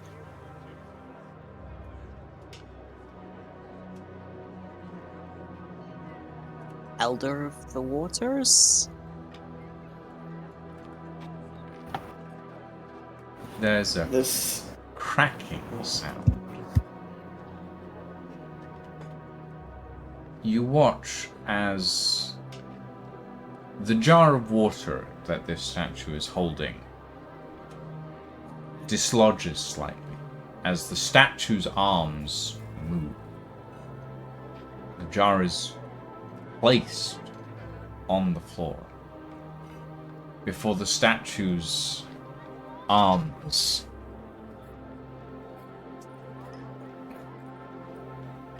and it sort of steps down onto all fours and then walks into the pool. And from what you can see along the bottom before climbing and crawling up the side of the pool towards you. And it pokes its head up out of the water, and you can see that the face of the statue is slowly peeling away stone to reveal this sort of scaly-like texture on its face. And it stares up at you and goes,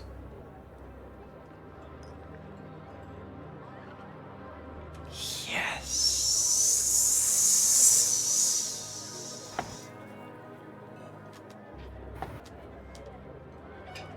Right. Elder of the Waters, we come on behalf of one of Matano's chosen, Isaac Galmaic.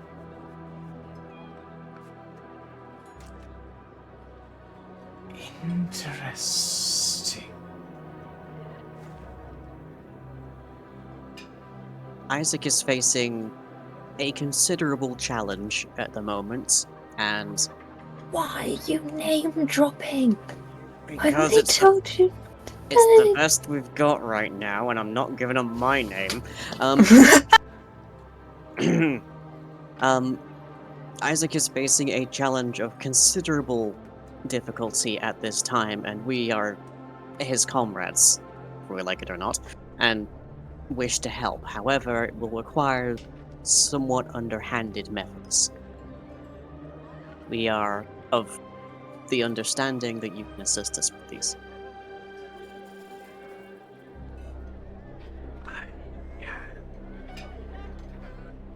Though it will require your potential. As she says this, you watch as what at first you had thought was... What at first you saw, at least you were relatively sure, was just the body of a woman. As she's rising out of the pool, you're now noticing that she's not just got one set of arms. Oh, goody. There's like 3 sets of arms that she's using to clamber out of the pool. And the lower torso of her body is no longer a human. It's very much snake-like in its visual now. And as she climbs out of the pool and looks at you and goes, "Are you willing to give your friend's name in exchange for this assistance?" I do not believe it is mine to give. Are you willing to give your own? What would giving our name entail? As you say this, her head whips around towards you. This is totally a fake bargain, isn't it? There's a Fae. Come on, man. Don't be dumb. And she looks at you, Horace, and goes, "It is a trifle, merely. Something of barely any significance to you mortals." She smiles. Horace, I would like you to make me a wisdom saving throw, please. Oh, hell. Yes, This my is so greatest stat. flaky. I mean, you're Blade Singer. It should be decent, at least. Intelligence is my high one. Wisdom, to be fair, I do have proficiency in wisdom save, so let's give it a shot. Oh, that's a 4. Big oof. The first thing that rings through your head, Horace, is a voice saying, "Run!" The voice of your sword telling you to flee, telling you to run, telling you to get away, telling you that whatever this is, you do not want to be anywhere near it. Whatever this is, whatever the price that it is asking, it is too much. Is it the voice of Silveri, or is it one of the is. 2 other voices? It is Okay. the voice of Silveri. Like, as I hear this, just immediately, step back, hand on blade. Compelled to run, essentially. Okay, so... I'm just gonna, move to as far back as I can to the edge of the wall. And just... just say... My name is very precious to me. It's the most precious thing I have. The creature cocks its head to one side and looks at you and goes, "Very well. And what of the rest of you?" And it turns its head, and where before it had one set of eyes, now you see 3 sets stacked on top of each other, all of which are different creatures. One set that are snake-like, one set that are visually goat-like, one set that are humanoid. And you see, as this transformation is taking place. You're not seeing the transformation. It's happening when you're not looking. It happens outside of the periphery of your vision. The moment that it happens, you're like, where did the other body parts go? And you realize that the arms that it has before, the middle section are humanoid, but the upper section are draconic, and the lower section have hooves on the end of them. And you're realizing that the body of the woman that was the center torso has scales that ripple up through the middle, but then it's covered in sleek fur on the back. And this entire creature just seems to be an amalgamation of different creatures, all sort of spliced into one. And you're noticing now that where you didn't see it before, this creature has horns that curl up into the air, and antlers as well that curl around the horns. And it turns to you all and goes, "What would you be willing to forfeit? What would you be willing to forfeit that the others already have to make what kills without recourse, what destroys, what takes without giving?"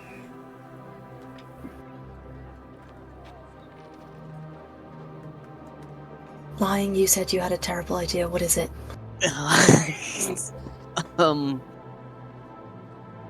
I have a name I could give them. Which one?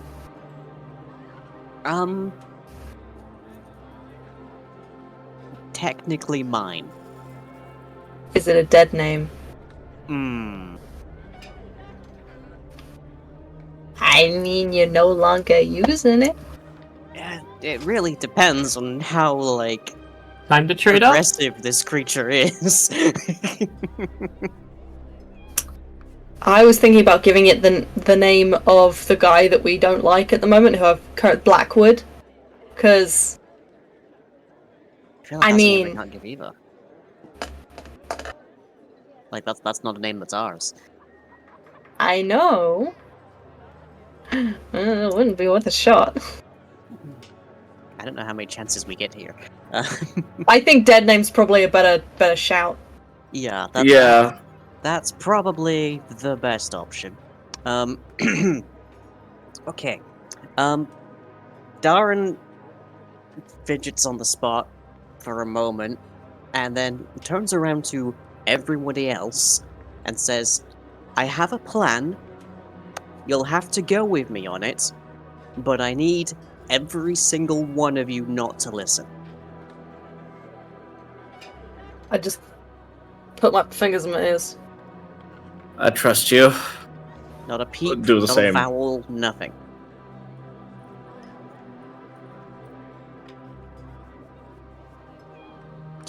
I need your word on this. Yes, I won't listen. Don't worry. Aye, Captain. I won't. Okay. Ingvar just plugs his like, my brain's gone. The heat's Right. killed it. Yeah, that's fair. Okay, if everyone could mute up for a hot second while I address the plain archfey creature in the room. I'm gonna deafen. Everybody deafen. Alright, give me a second. Elder of the Waters, I have a name to give you, though truly it is not mine anymore.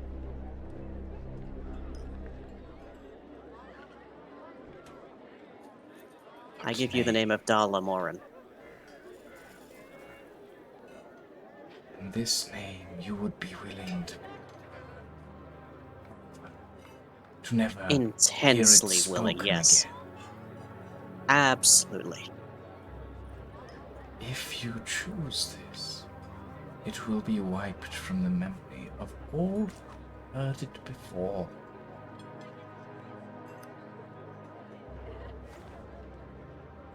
sure. I can accept this. Very well. Then it is mine. And it was never yours. And you watch as the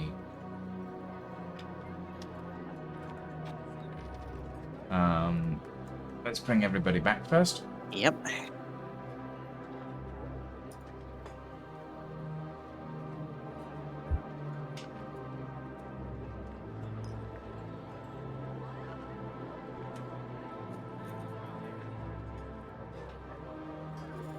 All right.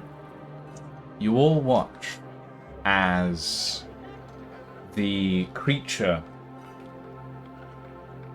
pulls one of its draconic hands in and it dips its hand directly into its chest, slides it through it like butter, and pulls out this vial of black liquid that is viscous and almost treacle-like, and hands it to you, Darren, and says, "This will only work for you, and it will only work once. So use it wisely. This is stronger than anything else on this world. And there is no defense. Just be warned." And she offers it to you, Darren.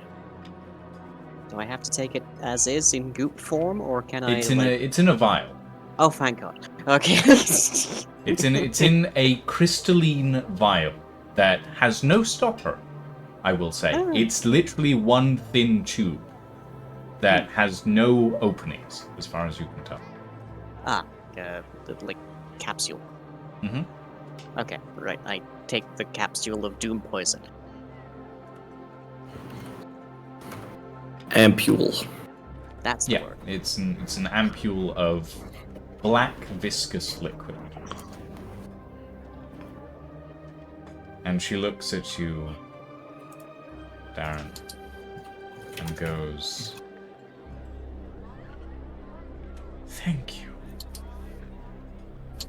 This will sustain me for a long, long time." And she slithers back into the water. And you all blink. And suddenly, just in the middle of the room, there is a stone statue of a woman holding a vase, pouring water into a pool. Wow, that was Sick. deep. What? Oh God! Are you all right, Darren? What did you give? Don't worry You don't about remember what you gave. it. Don't worry about it. You know you gave something, but you do not remember what it was.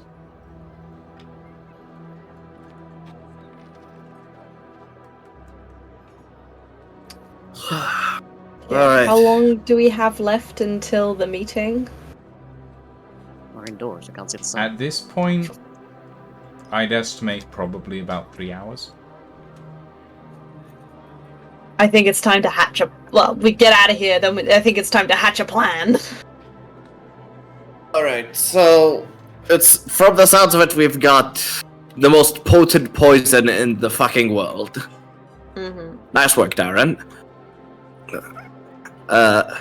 So the question is, how do we get Mr. Blackwood to ingest it?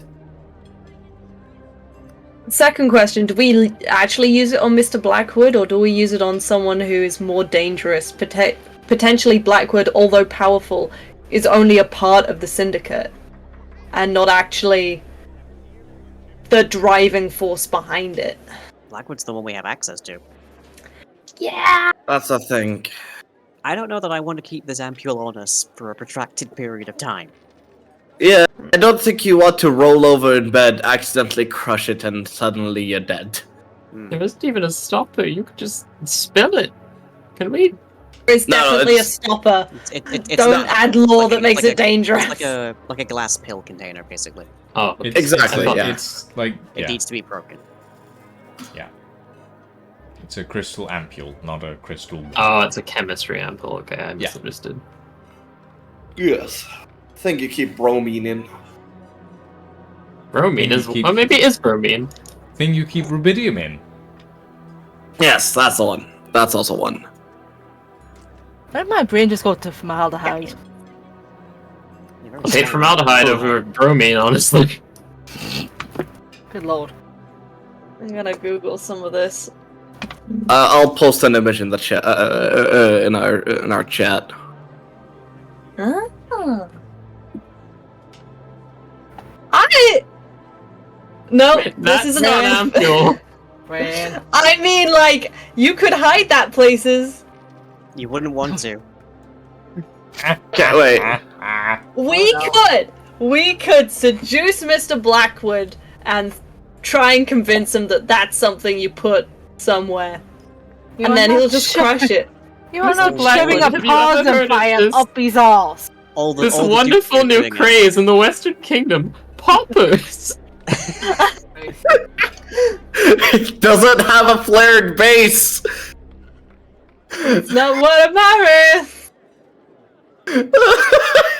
God. Oh, I mean- fucking love y'all.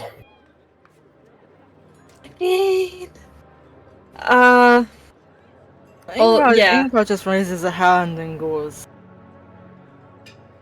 "We need supplies. We need to restock at the moment." We need I am- supplies. My It's feeling friend is woozy. dying.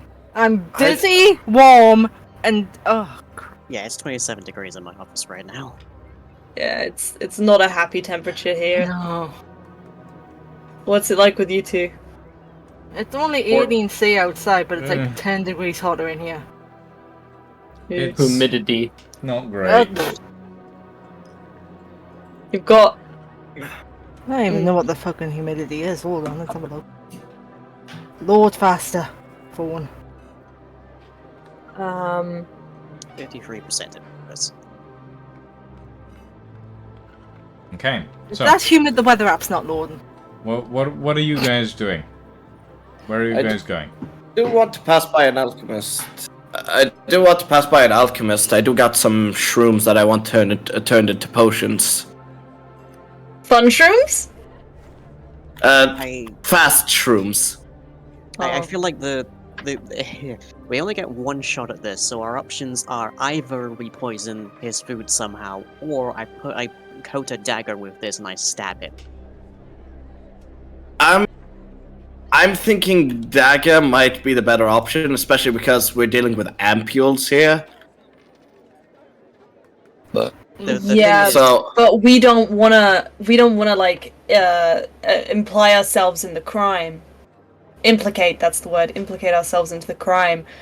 I would- don't want us at all to look like we are involved in this. I want to pretend that we're trying to work for him. it's gonna be at an appointment with us, no matter what. We're involved in some fashion. yeah. Does it have to be at an appointment with us? Maybe it's something that we give him that he touches later, or That requires coating a thing with the, and I can't stress this enough, guaranteed death poison. make sure we don't fucking touch it. Just They- like crush it under heel into his nice carpet. What? They I coated suppose the I powder could. that they aerosolized last time. We do still have the powder. Maybe a do not message want to that he aerosolize opens. this. Like a private message from maybe we tell him that we're actually been sent from one of his friends over in the syndicate with a secret message that only he can open. Poof. Off the cha. I mean that is basically the same as what he did with Isaac. Be very just desserts. Alright, could always. I mean, it's a tough one. Could catapult it at him. Got the best aim. Well, that would depend on his dodging capabilities. But I mean, like, the letter does actually sound very poetic, and I'd like that. But me, not Prod, me. Yeah, I think maybe the letter plan could work too. But he might be able to see it coming, since well, he was the one who, I guess you could say, coined the idea. But you get what I mean. Or I could hit him with the old command open. Speaking of coins, what if we put it on a coin that we then paid him with? Oh. Nobody suspects money. Nobody suspects money. And he likes money. And he's definitely gonna want to check. Darren, you're a fucking genius. Now, I was told this will only work once, but that would present a theoretical risk if it should get into circulation. Yeah. So, I mean, most like, does it work by touch or does it need to be ingested? Do we know? It worked by touch on. It worked by touch for Isaac. So yeah, we As just far need as to get you're aware, a bag this of coins. is not the same poison that Isaac that Isaac touched. This is a different. So it is an Oh, yeah, 'cause ingestible. this is liquid rather than powder. Does it need to This be is liquid put rather in the than body? powder. Maybe it was like We a do not diluted know form if that it needs Isaac to was be on. ingested or touched, but the lady did say it was the most dangerous poison in the world, so assumedly touch would probably work. Yes. Okay. What if he gets, like, food poisoning, right? And then I go, Now that hey, it's I'm been a... in your- Actually, now that it's been in your possession for a few minutes, Darren, I will say, the liquid has been moving slightly independently of It's anything alive. else. Like, just generally, it's kind of been just rolling around in the ampule a little bit. The lava lamp? A little bit. Symbiote. A little bit symbiote, yeah. Lovely. Well, Just to let you know about that. you know, the ampule actually kind of works with this, because if we just basically shatter it in a pouch of coins, the glass might actually give him a couple of cuts for the poison to seep in. Okay, here's a theory. I don't know if it's a good one, but what if we, we like go somewhere that gives him food poisoning. I'm like, hey, I'm a healer. I heal him. I go, oh, take this. This is a healing potion, and then he'll drink it, maybe. What kind of place would give him food poisoning? Didn't we already agree on a restaurant? Yeah, it was the orcish one, but he didn't agree. Yeah. We just found out about it. Yeah. So, I mean... What was it called again? Pesta la Canva. Yes. So you just basically want to try and take him to the shittiest restaurant, try and get him food poisoning? No. Yeah, I don't think that would He's a bougie work. guy. You don't think that'll work? I mean, just because it's bougie doesn't mean they can't give you food poisoning. True. I think coin might be our best option. Coin, probably. Yeah. Can we make a platinum, something that looks like platinum, and be like, oh, for your Something that looks time, like a forged and give coin him the might be platinum? best, actually. Something that looks because it's sufficiently fake that he has to examine it. Yeah. I don't know. where would we be able to get that in 3 hours? I mean, it doesn't have to act fake. We can't just put an illusion over it, can we? Hmm. Do we have True, to? true. But he might be able to just immediately see through illusions. No, he didn't, because the illusion that the librarian put on the scroll thingy, he wasn't able to see through. Oh, You knew. good point! And just because you Bet can see you an illusion knew. doesn't mean you can see through it. Shush. Just tell the DM to shut up. Just saying. You don't know. All you know is that his reaction was Calm and chill. calm and chill. We didn't die. You didn't die. The librarian's alarm didn't go off. And that's all you knew. So... Fuck it, to we're hurry gonna have this to up a gamble little with it. Fuck it. I think, fuck it, we have to gamble with this. Okay, right. So, illusion for fake coin, which is coated in the evil stuff. We give it to him whilst wearing gloves or something. How do we It's gonna get? have to be me, and I do have gloves. Okay. Are you very dexterous? I'm a rogue. Oh, I don't know. I don't know what the classes are. Your Stop gloves your are very thick, right? Hopefully thick enough. I'm Uh. presuming that this won't work on me, but I'm not going to take the chance either way. Yeah. If not, so- if he doesn't die touching the coin, slap him on the shoulder with the glove. Well, okay, so main plan, poison coin. Back up if something goes wrong, stab him. Yeah, Sound good? Yeah. Sounds good. sounds good. Okay. Right. Yeah, it'll be amazing. We live the day. Let's Let's get moving boogie. So, Since And then let's get the fuck out of here after we do it, because people are gonna be after us. yeah. So first we want to, like, I guess, pick up some scrap metal from a now. blacksmith. We can use a literal coin. True. It just has to be made to look slightly enough that somebody might need to examine it to see if it's fake. Yeah. So we just use like copper coins and disguise them as platinum. Good point. Good Yeah, point. theoretically. All right. I'm gonna, if you guys don't mind, since we've got a bit of time, I'm gonna pass by the an alchemist to process some shrooms I've got. okay, So, you guys have about 3 hours. Do you guys want to split up and do some stuff, or... I'm fine waiting because I don't really want to be pushing through crowds and whatnot with this thing on my person. Okay. Horace. Yeah. No, you go. Okay. Horace is gonna basically ask around for any alchemist.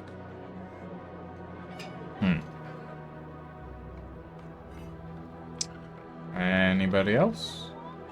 I want to take the librarian to the Temple of Callist again, and then show him the library of scripts that we have. Okay. That sounds fun. Yeah, just a little day trip, you know? Ingvar? Would like to find the nearest weapon shop. Okay. So let's start with you, Horace. You go looking for an alchemist. It takes you a little while, but eventually you do find an apothecary / alchemist shop down in the low district. It's a little rough and tumble, but it looks like it's seen a decent amount of traffic and doesn't look like it's too hoity-toity.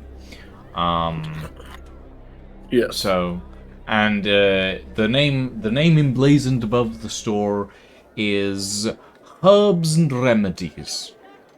It is very simple. Just step inside and walk over to the counter, I suppose. You step inside, and it is... The smell is... very... pungent. And the shop's covered in, like, herbs, and there's a rack full of glass bottles on one wall, and behind the counter there's this crotchety old gnome who's staring down a microscope, who looks up and over at you and goes, "What do you want?" Good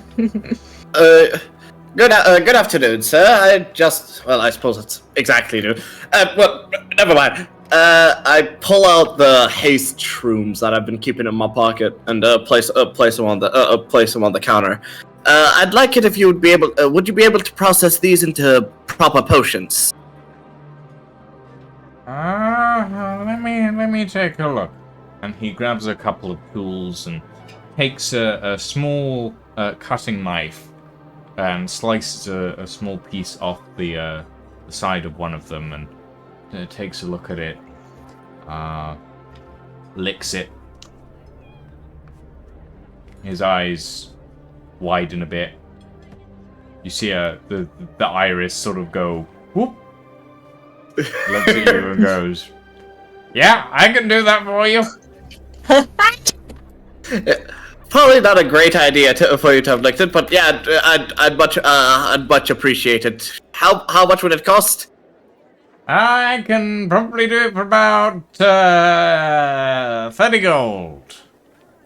30 gold. All right. How long would it take? How many mushrooms do you have? 2. 2. Okay, so that's 4 potions worth of mushrooms. Yes. Yeah. So yeah, that'll take me about 1 day. No, sorry, brewing times. 2 days. 2 days to make haste potions, I'm afraid. As much as they may make you fast, they're pretty slow to make. Alright, yeah. You wouldn't suppose you'd be able to make it in 3 hours, would you? 3 hours? Are you having a laugh? I would it be possible? Okay, shit. Brewing is not an art. I'm sorry to say. It's a science, and science takes time. I mean, I don't know. Can't you rack up the fire like maybe 5 times hotter? Wouldn't that work? If you'd like my shop to explode, then sure. Shit. Yeah. All right. Yeah, that sounds fine. All right. Then, 2 days. Come back. Yes. 2 days from now, and I'll have these potions ready for you. All right. Because you provided the ingredients, they're a lot cheaper. Yeah, I imagined as much. I don't think haste potions. Well, I imagine they cost a fortune and a half. Oh yes, but these are some good quality mushrooms. Yeah, plucked them myself.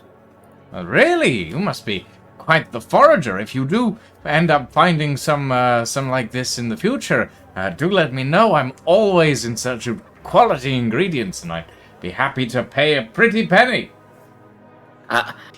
If I do find any more, I'd be more than happy to share, my friend. Wonderful, wonderful. Come back in 2 days, and I should have those potions ready for you. All right. I'm guessing payment on receiving. Of course, of course. Yes. Have a nice day, my friend. Indeed. You see the gnome still has this slightly wild look in his eye. His irises are still slightly wide, as his hands are a little bit jittery at the moment, and everything. Just wave goodbye. Just like he seems like a nice fella. Yes. Meet back up with Darren. On that note, I must piss. Okay, Elfie. Is that something you're saying to me? Elfie and the librarian. Yes. So, Prod. Prod and the librarian. You take Prod and the librarian. You take the librarian back to the temple of Callist, to a large chamber at the back of the temple. which is the Temple of Callus isn't known for its libraries, but the libraries that they do have are usually filled with theatrical plays, scripts, all of that sort of thing. This one in particular is one of the larger ones. Most libraries, or most temple-based libraries, are usually kept by the temples of Invicт, the deity of knowledge. But Callus has its own little repertoire, mostly in the realm of theatre and fiction. And this particular chamber is quite large, actually. It's a long wood floored marble walled hall with tall bookcases that are filled with scrolls and hand bound vellum first edition essentially manuscripts. The literal first edition handwritten manuscripts of plays. The Church of Callus doesn't so much have scriptures as they have stories. And that's really how they bring about their faith, is through stories and myths and legends.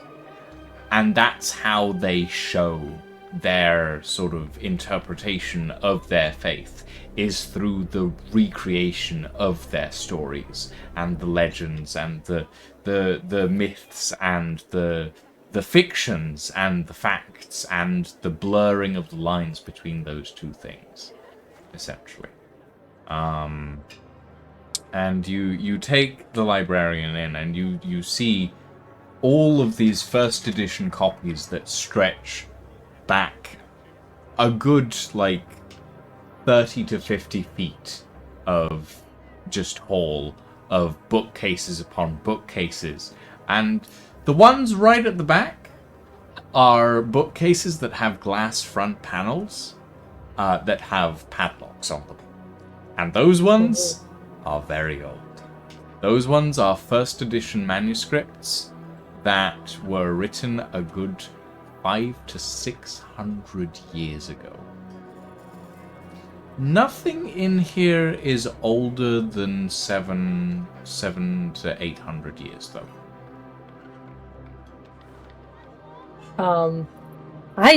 I like letting a dog off a leash. I just go, be free, to the librarian.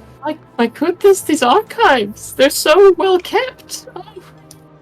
Immediately just start rummaging through some of the older manuscripts, which probably I would maybe know about if they're around the same time as I entered. So most of this stuff is more recent than you, realistically speaking. Okay. Because you are...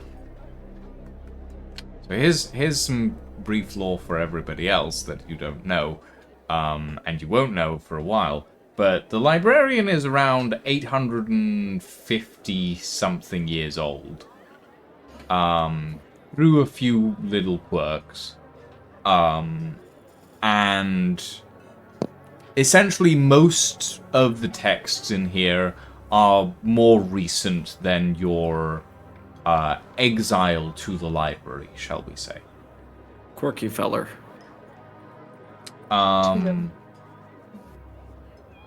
So there's a lot of texts, and some of them are familiar stories. Details are changed. There's certain legends that were more fact in your time, and the details aren't quite right, essentially. But some are familiar, and some you have no idea what they are, essentially. Okay. If there's anything specific you're looking for.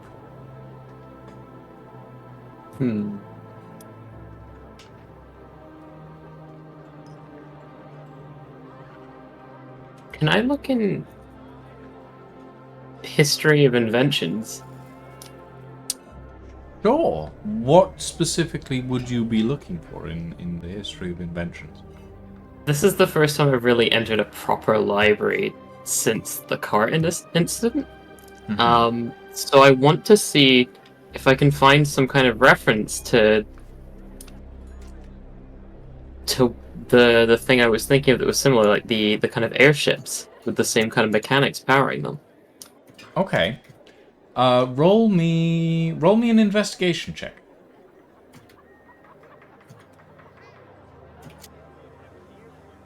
7, 7. which is a So, failure.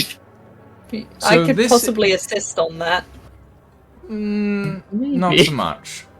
This is a theater library. It doesn't have much in the way of history of mechanics. It has a lot on the history of poets and artists and a variety of other things. Anything to do with mechanics and engineering, you're probably unlikely to find here, essentially. While I'm browsing for this, do I see any mention about the cataclysms? Yes. Surely that's made its way into like art and poetry. Yes. It would be No, fairly obvious. It's a new thing to that's me. pretty easy to find. There are mentions of the cataclysms. There is mention. Let me quickly bring up my notes. So there is mention of. Ooh. Hold on. Where have I left the thing? Left the thing somewhere. Somewhere out Not there, left. Thing, we need that. Somewhere. drifting in the moonlight. Ah, here we go. Okay, so. Right. Here we go.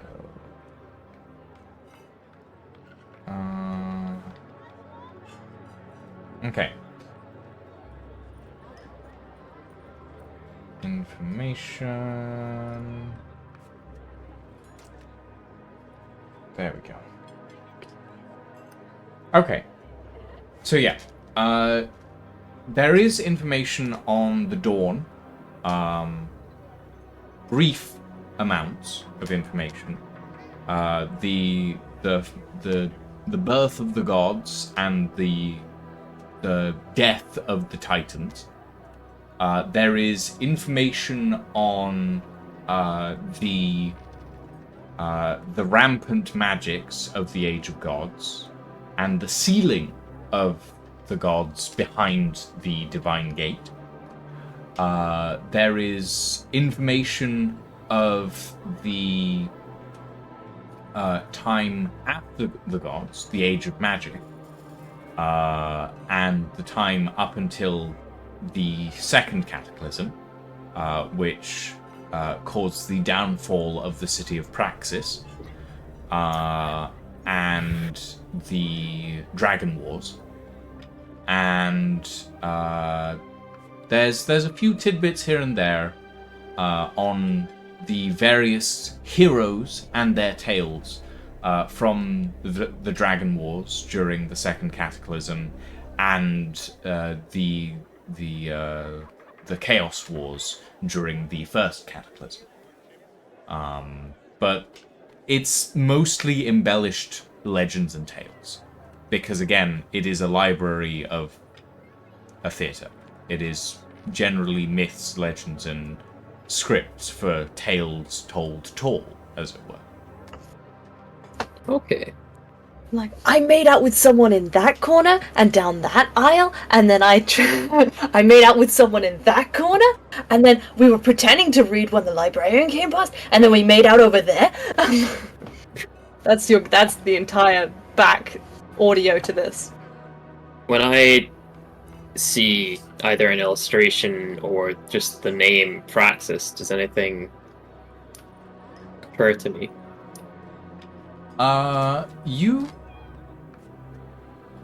The name Praxis rings a bell. You're not sure what it means yet, but you know that there's significance. It's something that's hitting the back of your mind, and maybe if you dig a little deeper into some factual documents, you might find something, but there's not enough here to really push. Okay. I will simply make corrections in the index then about new revisions of things, new stories that have been revised about old tales, and record the information about the cataclysms. Mm-hmm. Ingvar, Hi. you wander around for a bit until you happen upon a familiar-looking, shiny, purple gem-encrusted sign entitled Ekron's Wonder Emporium. Oh, not again. A familiar-looking sign in an unfamiliar place. Strange to see it here in a city so far away from where you last saw it. Oh, how very mysterious, as he says as he carefully pushes the door open in case the bloody thing's booby-trapped. You push the door open, and you enter into a, once again, relatively cluttered interior, filled with various knickknacks and items, and behind the counter of the shop front, you see the Arakocra patron of this, to now actually somewhat well-known to you store, Ekron, who is currently arranging some stuff behind the counter, who looks up as you enter and goes, "Well, hello there. I didn't expect to see you come through that door."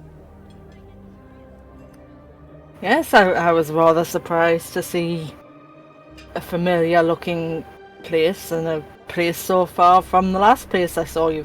There's a lot of places, Jesus. Well, I like to travel. What can I say? What can I do for you today? I was basically looking to see if you had any more arrows or perhaps anything. A few more of those sparkling lightning arrows, I take it. Yes, those served you well, I guess? Oh, they served me very well. I gave a griffin a heart attack with one of them. Oh, wonderful, wonderful. I'm glad that they got me a returning customer, apparently. Fantastic. I have a few other items that you may be interested in as well. If you'd like to browse the various shelves, a few things that you might not be interested in, and he points to a couple of things like a wavy-looking dagger on the counter and an inkwell that is sitting on a pillow. A few different things. There's a variety of things in the shop as well. You do notice, hanging on a wall is a quiver and a bow that look pretty nice. What looks to be a short bow of some sort. Ah, nice. He's going to look around for a moment, and then he spots the bow and the quiver, and his eyes would light up a little bit. Ah. May I inquire about the bow and the quiver there? Ah, good eye, young man. Yes. That I acquired recently from a good friend and business partner of mine, out from the southern shores, enchanted by a mage who sadly got beheaded, I'm afraid. But that particular bow is enchanted with a special little piece that allows you to duplicate every arrow you fire. Now that does sound interesting. Indeed. And as far as I'm aware, it works with enchanted arrows as well. You very much have my attention. Of course, I won't deny, because of the nature of the enchantment, it's a relatively pricey thing. I had to pay a pretty penny to get my business partner to part with it. But how much are we talking? Well, if you're looking to purchase the bow on its own, which is a respectable amount, that would be around 150 gold. If you're looking to purchase it with the quiver, and the quiver is interesting in itself, it is also enchanted, that would come to around 400 gold.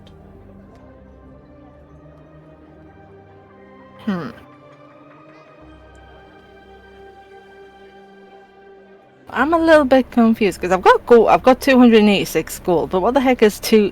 Have I got 2 platinum coins or I can't tell. You might have 2 platinum, yeah. And what does platinum equate to in gold? 10 gold. 1 Yeah. platinum equals 10 gold. So I ain't got enough for both of them.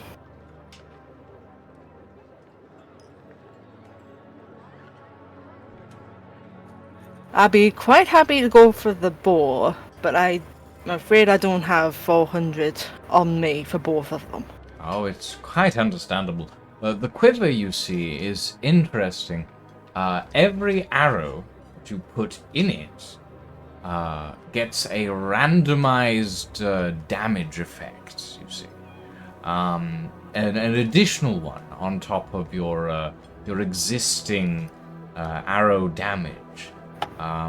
So every time you fire an arrow from it, and this is me out of game, you roll a d4 on an elemental damage table, and you add a d6 of damage from that damage table to the arrow, basically, for every arrow that you take from the quiver.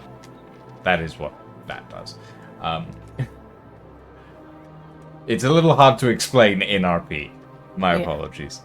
Yeah, it's fine. But yeah, Ekron turns to and goes, "But if you would like the bow, I'm happy to part with it for the requisite amount. I am a businessman, after all. I can't just go handing things out for free." No, that's perfectly understandable. Well, indeed. Would you like me to wrap it up for you? That would be absolutely wonderful.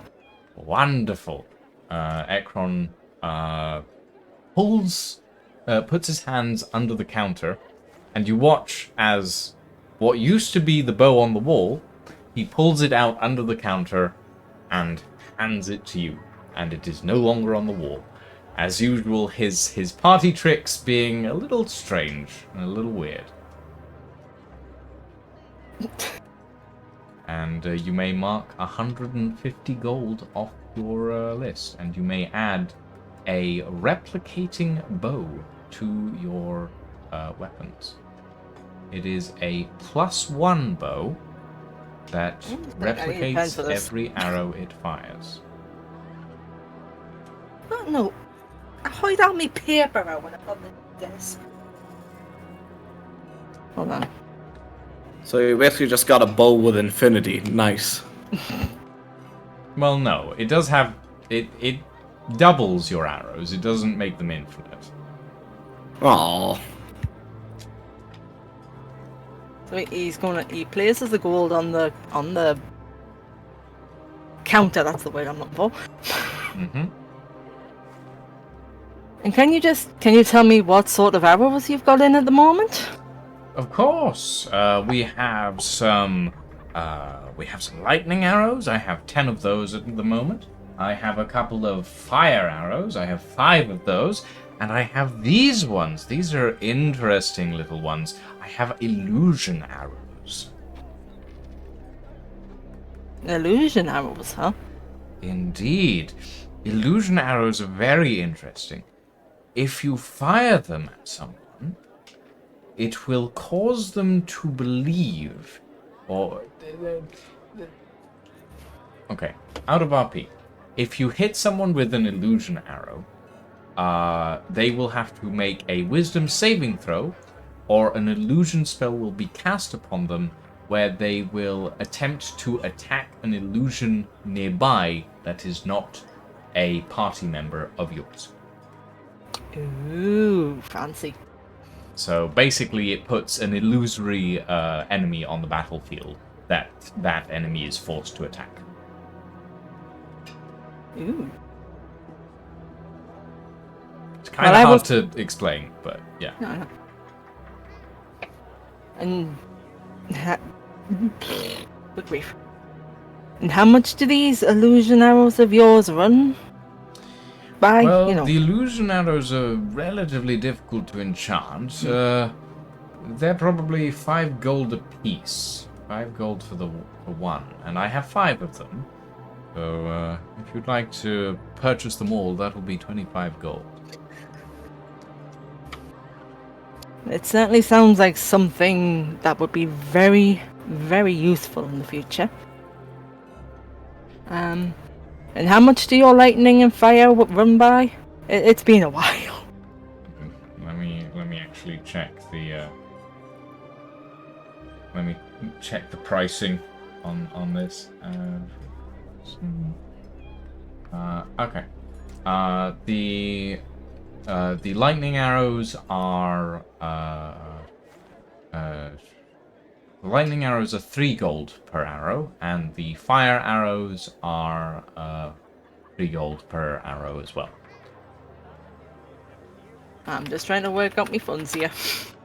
Yeah. JP. The illusion you said were 5, didn't you? Yes. 5. Good. I need a calculator. 10 lightning hours would be 30. 15 plus 25. 7. Yeah, I've got the funds for that. Yep, I'll take. Yeah, I'll take all of them. Well, all right, a big spender. Fantastic. And he hands you the 5 illusion arrows, the 10 lightning arrows, and the 5 fire arrows. And he places the 70 gold on the counter. Mm-hmm. And Ekron takes it all with aplomb. As a note, the illusion arrows have a DC 11 wisdom save on them. Ooh. I better write that down. Let me go back on. See. Thank you. I am quite willing to spend this sort of money on your shop. Your arrows have served me very well in the past. I know they're a good quality arrow. Well, I'm glad to hear it. I'm glad to hear it indeed. And hopefully I'll see you again in the future. Well, I would love to have more repeat customers. I get so few of them these days. Oh dear. He gives him a little nod and then smiles as he heads out. Thank you again, and I'll catch you in the future. Well, have a good day, my friend. And yes, we shall see you hopefully again soon. He smiles as he heads out, and then heads back to wherever the rest of them have huddled. Yeah, I think we were gonna meet up, I don't know, a couple of houses away from the office of Mr. Blackwood before we went to go see him and take him out to dinner. Okay. So let me place you all down. Horace has run off. As he does. Whee! Whee! We go! We fly! I'm just going to place you all down here because it's closer to the office of Gabriel Blackwood. And then I am going to say that for this evening, we are going to call it here because we've just about hit the 3-hour mark. And I think this is a good point in time to call it. Next session, we shall see how our party fares against the nefarious Gabriel Blackwood and his associates. We shall see how that all goes down. That'll be very interesting, and I'm excited to find out. We're gonna die. But yeah, as for now, ladies and gentlemen, thank you all very much for joining us this evening. I hope you have enjoyed yourselves. I certainly have. I have enjoyed DMing tonight very much. I do love making crazy snake ladies for people to get wild over, I guess. For now, though, ladies and gentlemen, thank you all very much for joining us. Have a very good evening, and let's go raid a Water Munch, who's currently playing some Minecraft. Have a very good evening, everybody, and a very good night. And we shall see you all tomorrow for some Space Engineers with me, and Lying, and Farrell, and maybe Elfie. Who knows? We shall see you then. Have a very good evening, and a very good night. Bye-bye. Bye bye.